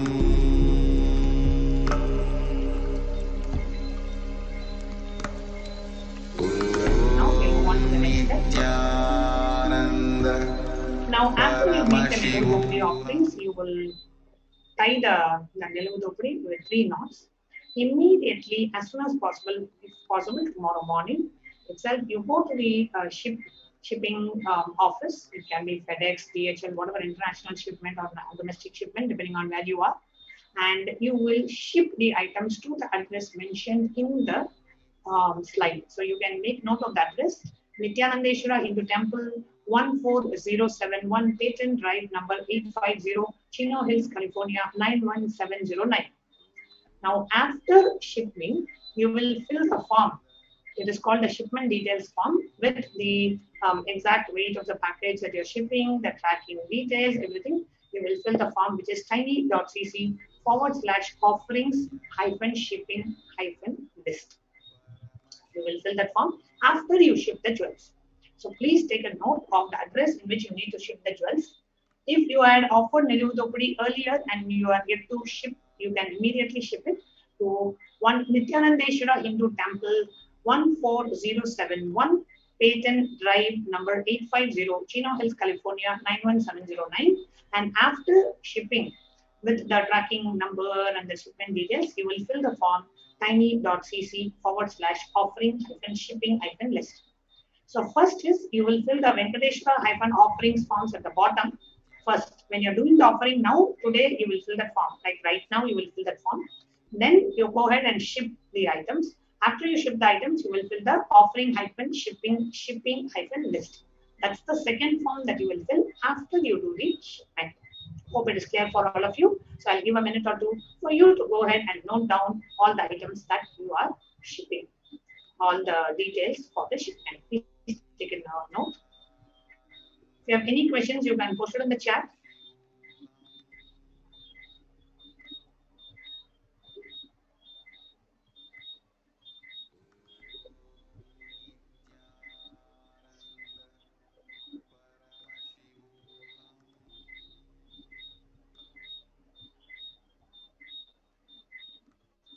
Edison Monteiro. Edison, which city are you from? Can you please mention? You are asking for the Appalinga. Which city are you living in? Which city or country are you living in?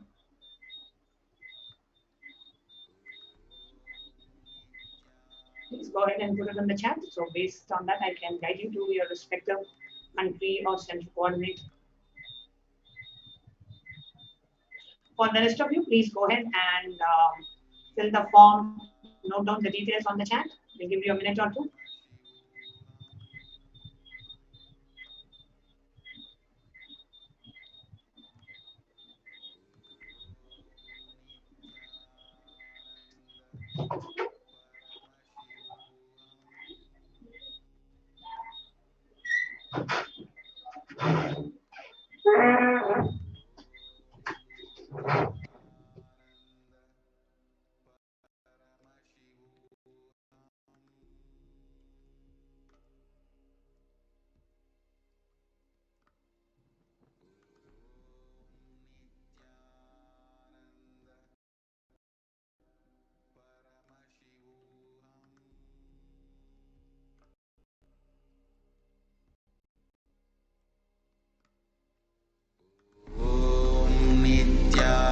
Nithyananda Paramashivoham.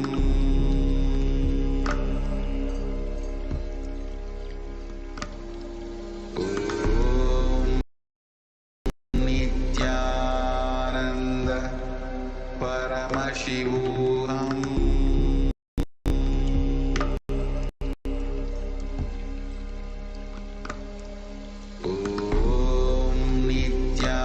Nithyananda Paramashivoham.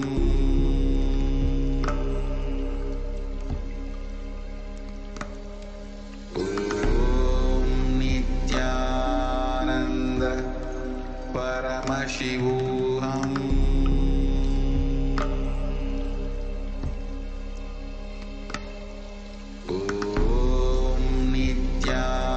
Nithyananda Paramashivoham.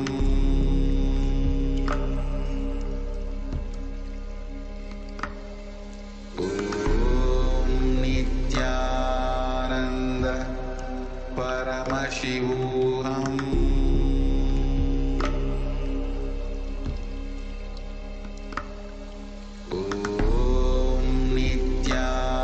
Nithyananda Paramashivoham.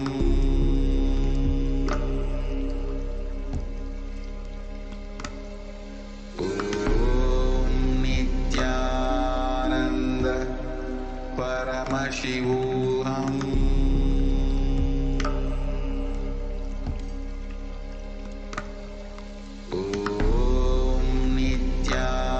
Nithyananda Paramashivoham.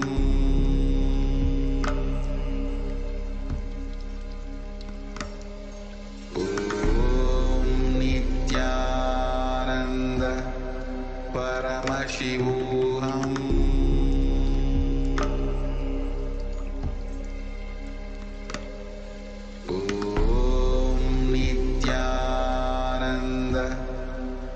Paramashivoham.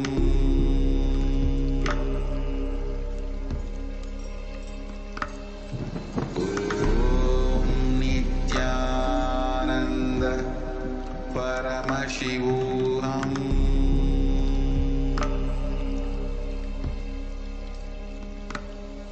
Om Nithyananda Paramashivoham.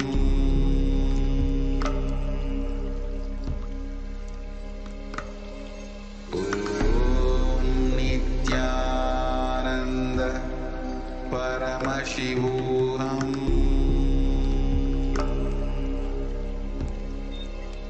Yes. Now, we will be sharing with you what are the different other offerings that you can make to Bhagavan Venkateshwara. The next offering that we have to Bhagavan Venkateshwara is that of the Sankalpa offering. Now, Sankalpa offering is when you pray to Bhagavan Venkateshwara to receive his blessings in your life, for you, for your family, to manifest wealth, abundance, and prosperity. And you pray to Venkateshwara to say, I am offering this Sankalpa to you. I have a conscious intention to receive your blessings. Please let me receive your blessings. So that dollar one, it's also a multi-currency offering. So you can offer 1 rupee, $1, 1 Australian dollar, 1 Malaysian ringgit, whatever currency you want. We have 7 different currency options, and you can make a multi-currency offering of just $1 or just 1 rupee, just to show your intention to receive the blessings of Bhagavan Venkateshwara, and you will be blessed with his grace and blessings as he comes from Vaikuntha to manifest in the physical embodied form of our beloved Swamiji. So, offering of the Sankalpa, the conscious resolution, blesses the person offering with all the fruition of the desires and the wishes that he is aiming for. So, you can go to tiny.cc/BSD Sevas -1 May to go ahead and register for this offering.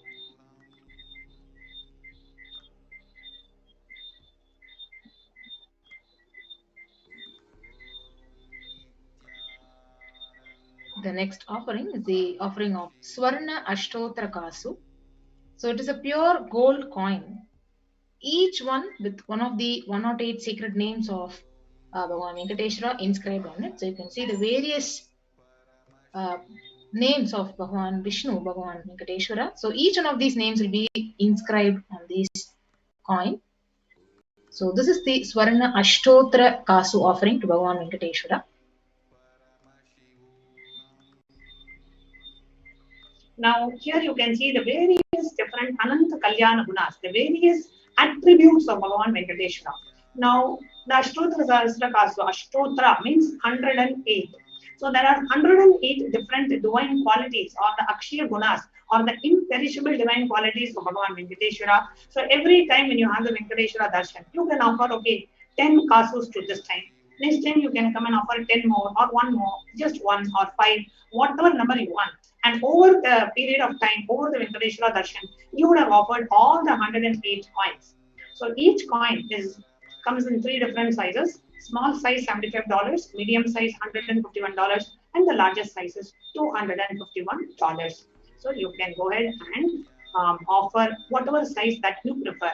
And you can also choose, like, okay, now this time I want to manifest as different dimensions. Here we can say Jagat Palaya Namaha, the one who protects the whole cosmos. Like that, Bhakta Vatsalaya Namaha, the one who is so dear to his devotees. So whatever dimension of Bhagavan Venkateshwara that you want to manifest in your life, you can offer that particular Ashtotra Sahasra Kasu Bhagavan Venkateshwara. And if you would like to offer the Ashtotra Sahasra Kasu, you can go to tiny.cc/BSD Sevas -1 May, 1st May to go ahead and register and make this contribution.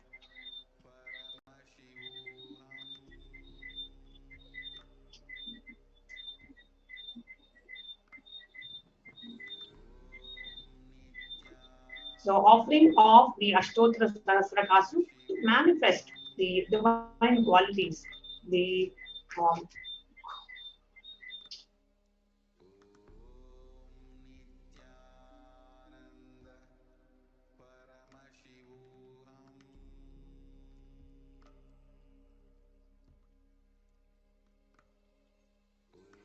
Sorry for the technical glitch.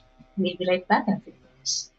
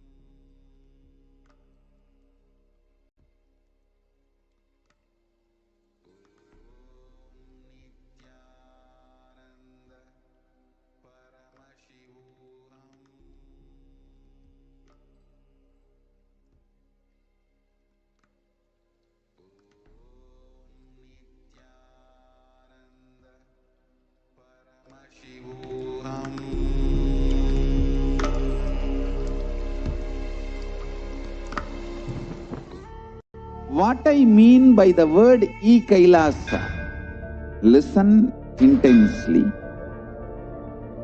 Enlightenment ecosystem, literally enlightenment itself, in your own home, wherever you are.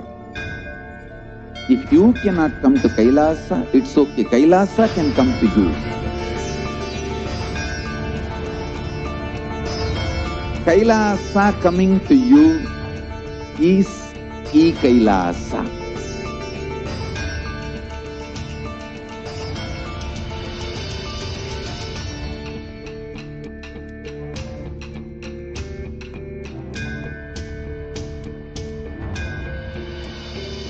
I will revive Hinduism. I am a Hindu revivalist, not by any revolution, but by evolution.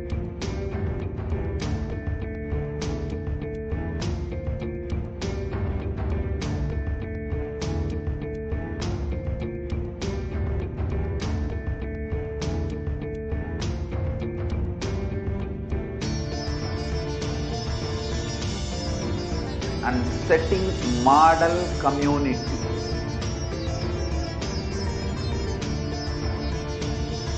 Kailasas, enlightenment ecosystems, Sarvanya Pitas all over the world.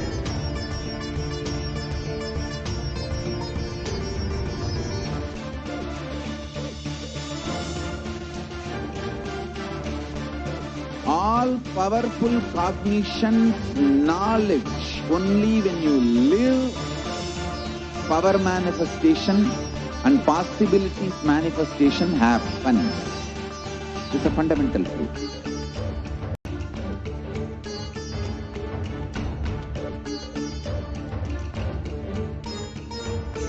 Hinduism cannot live exclusively as one sampradaya. No. All sampradayas of Hinduism is an ecosystem.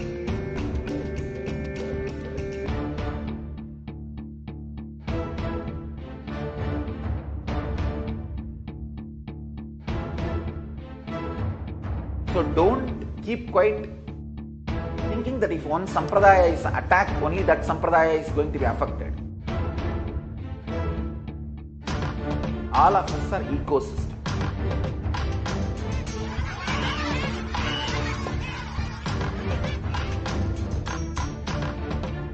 I invite all of you to get involved and enjoy Hinduism by the principle of Dharmo Rakshati Rakshitaha. When you protect Dharma, Dharma protects you. Nithyananda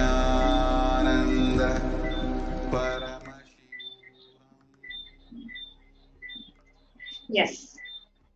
Sorry for the technical glitch. The next offering that we have for Bhagavan Venkateshwara is the offering of Swarna Tulasi Patram. The Supreme Lord is costlessly merciful upon his devotee, so much so that even the poorest of men can offer him a little water and a flower in devotion, and thus please him. This is due to his affectionate dealing with his devotees. Offer Tulasi with a pure love to receive his grace forever. Please understand, if you are watching Venkateshwara Darshan today, always whenever you come for Venkateshwara's Darshan, people are known to just offering something. Just offer a small Swarna Tulasi Patram, maybe he will just shower you thousandfold. That is why whenever people go to Venkateshwara's temple or Venkateshwara Darshan, they always offer something.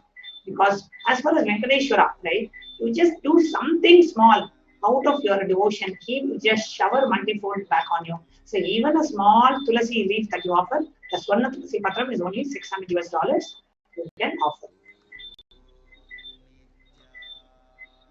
Yes. If anyone offers to me with devotion a leaf, a flower, a fruit, or even water, I delightfully partake of that article offered with love by my devotee in pure consciousness. So you can offer this Swarna Padma Pushpa, the golden flower, to last eternally in oneness with the Avatar Bhagavan Venkateshwara. So you can offer it at $600. The next offering that we have is Metti, the golden toe ring. The offering of Metti is mentioned in the Lakshmi Narayana Samhita. The offering of the Abharanas to Mahavishnu, the jingling anklets on the feet of the Vishnu, the Abharana for the anklets, the toe ring on his feet, the bracelet in his arm, the Abharana on his waist. All these are the different Abharanas that you can offer to Bhagavan Mahavishnu. Offer the toe ring for Bhagavan Venkateshwara to receive his blessings for longevity and a prosperous life. So you can offer a toe ring for Bhagavan Venkateshwara at just $750, a golden toe ring, always holding on to his feet. That is what offering the toe ring means, continuously and eternally just holding the feet of Venkateshwara. So, and manifesting all the auspiciousness, grace, and his blessing, and also receiving the blessings for longevity and prosperous life.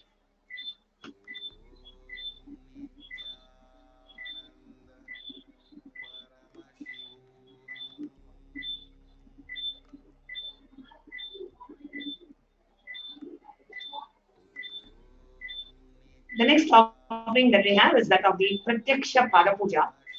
Vande Gurupada Dvandvam Vangmanaschitta Gocharam Shvetaratra Prabha Binnam Shiva Shakti Atmakam Param. I worship the Guru's 2 feet, which are within the reach of speech, thought and contemplation, and which have different lustres, white and red, representing Shiva and Shakti. Guru Gita verse number 45. So the offering of gratitude at the divine lotus feet of our beloved Swamiji, whose blessing us as Bhagavan Venkateshwara today to remove any obstacles in the path to enlightenment, expressing gratitude and strengthening your feeling connection with the Guru, manifesting the auspiciousness in all dimensions of life, health, wealth, and relationships. So tiny.cc/BSD Sevas number 1 mail to offer to register for the Pratyaksha Pada Puja. And we have the Guru Purnima coming up next month, the most auspicious day where every devotee should have the opportunity to offer the Guru the Pada Puja at the divine lotus feet of our beloved Swamiji. So please go ahead and offer the Pratyaksha Pada Puja for just $1,008.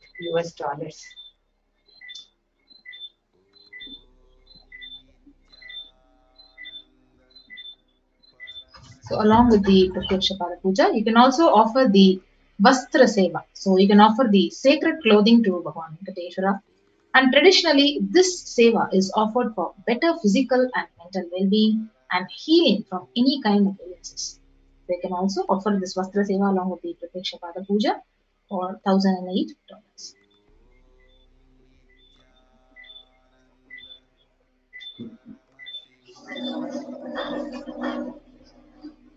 The next offering that we have is Guru Dakshina, a tradition in the Vedic tradition, where whenever you approach a guru, you always offer some amount as Guru Dakshina.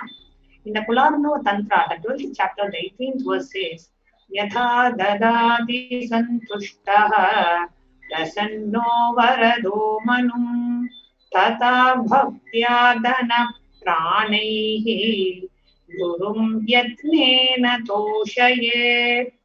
When you are devoted and in oneness, the Guru gives the mantra. Therefore, one should offer wealth and even his very life to him with devotion.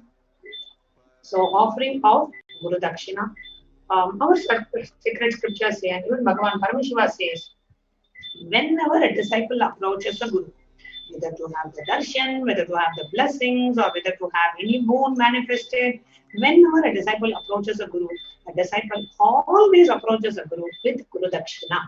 The Guru Dakshina is an offering, a humble offering from the disciple to the guru for the immense gratitude a disciple feels for just the presence of Guru in your life. Whoever feels, wow, I'm just so thankful for Swamiji happening in my life. Out of that overflowing gratitude and devotion and love and the feeling connection with our beloved Swamiji, whose blessing us as Venkateshwara, you offer the Guru Dakshina. Guru Dakshina can be any amount. It can be $1 to $10 to $1,000 to $10,000, whatever you want. Out of your space of gratitude, you can offer the Guru Dakshina.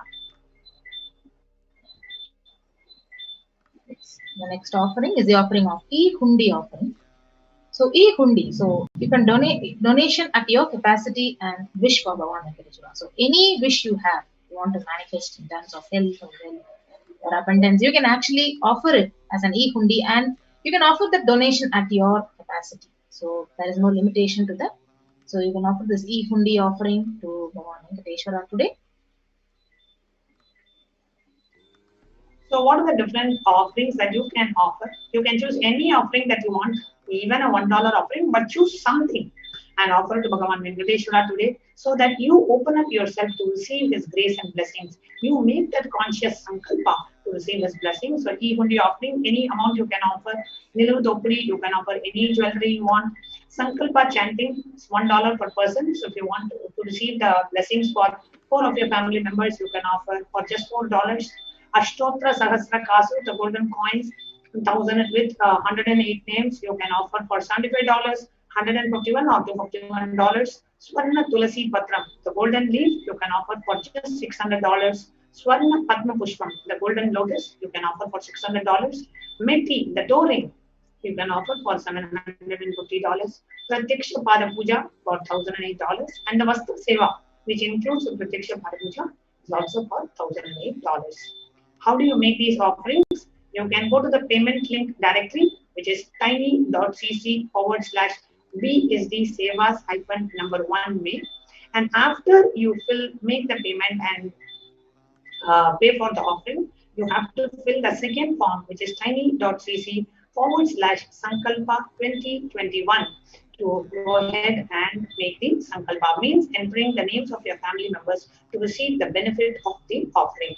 So now we'll be taking you through a walkthrough of the payment links that we have, which is tiny.cc/BSD Sevas -1 May.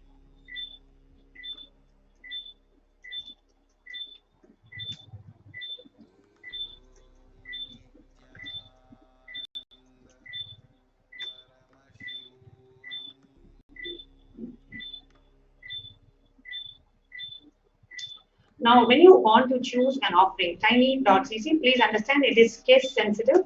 So, BSD Sevas -1, M is capital for me.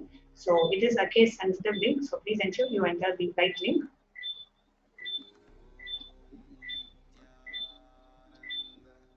And choose any offering that you want. And get ready to receive the grace and blessings of Bhagavan Venkateshwara. We will be now taking you through a walkthrough of these links.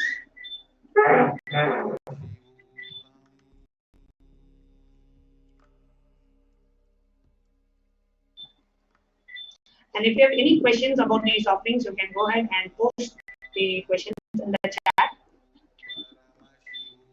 We'll be more than happy to answer your questions.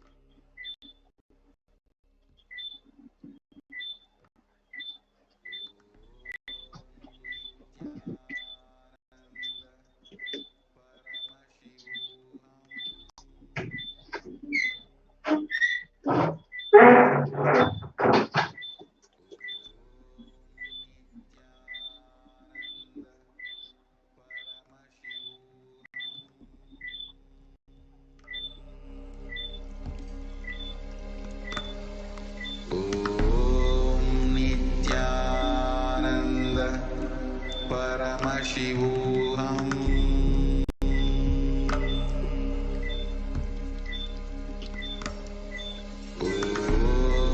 Nithyananda Paramashivoham.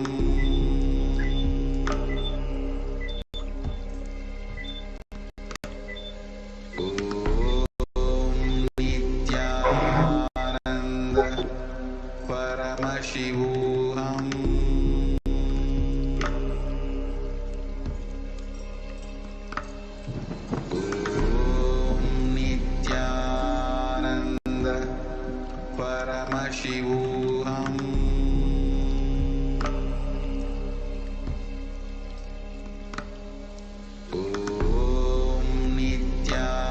Nithyananda Paramashivoham.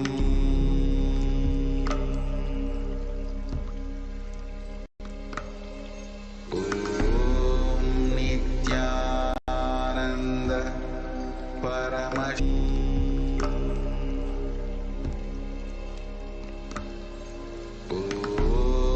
Nithyananda Nithyananda Paramashivoham.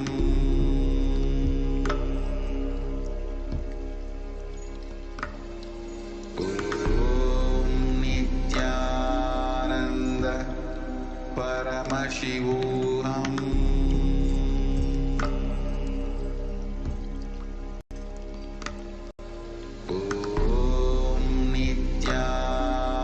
Nithyananda Paramashivoham.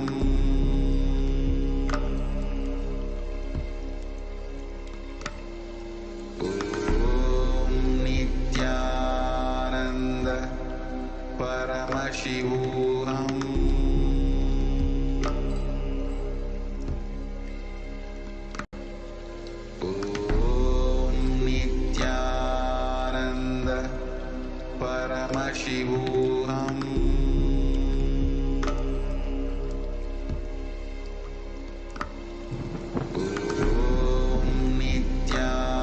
Nithyananda Paramashivoham.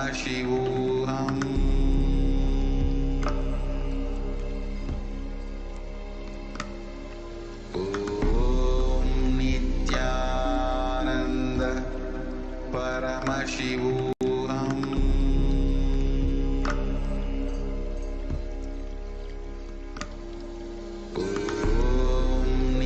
Nithyananda Paramashivoham.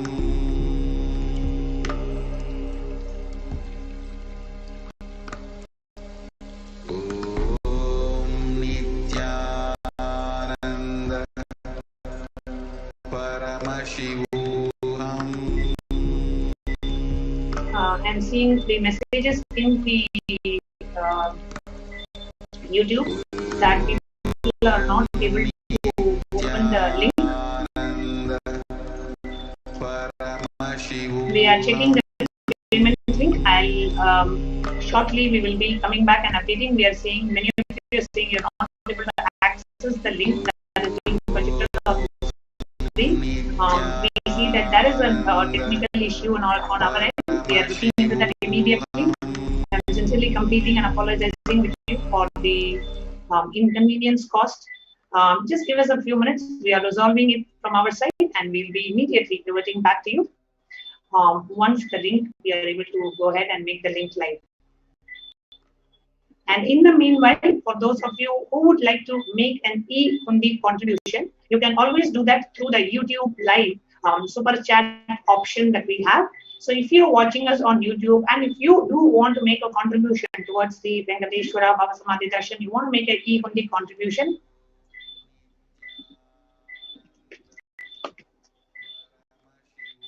You can go ahead to the YouTube live chat on the right side. In the chat below the live chat, you can see an emoji and a dollar symbol, and show your support for Kailasa's HDH Nithyananda. So you can click that, and you can click on super chat. And in that super chat, you can say what is the amount that you would like to offer for making your contribution, an e-hundi contribution for Bhagavan Venkateshwara's Darshan. So you can choose $51, $5. You can even offer just $1. Whatever you want, you can offer as a gratitude offering, like e-hundi contribution, $11 or $111. How much ever you want, you can do. You can send a message as a gratitude message, and you can make the contribution. So after you enter the message, just click on buy and send.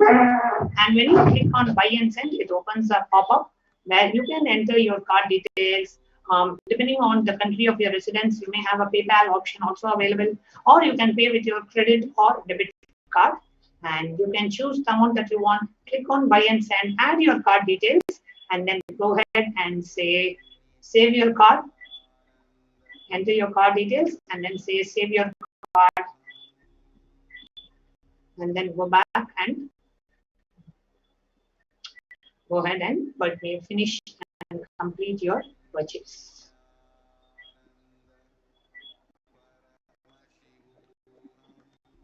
So, or you can also use the super sticker option. You can click on the dollar symbol, and you can choose the super sticker option.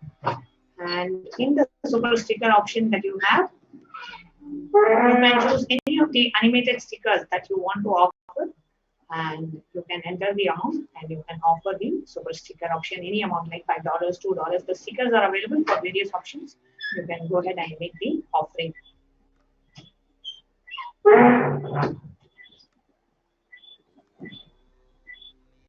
So here you can choose, there are various stickers available and amounts available.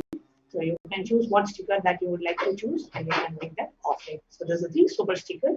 So you can use the super chat or the super sticker offering. As soon as the payment link is working, we will be making an announcement in the class. So you will be able to access the payment link. We are immediately looking into it. So as soon as the link for the offerings is working, we will immediately come and announce in the class. So you can go ahead and make the offering. So with that, we come to the conclusion of this segment. Now we will be moving on to understanding, preparing ourselves to receive the Bhava Samadhi Darshan of Bhagavan Venkateshwara. Thank you, Studio Embriad, for your kind contribution. Kailasa's Paramashiva, Priya Ananda, thank you for your kind contribution and your support to Kailasa. Thank you for your kind contribution. So with this, let's now move to the next segment of today's program, understanding about Bhava Samadhi Darshan, as we get ready for today's Bhagavan Venkateshwara Bhava Samadhi Darshan.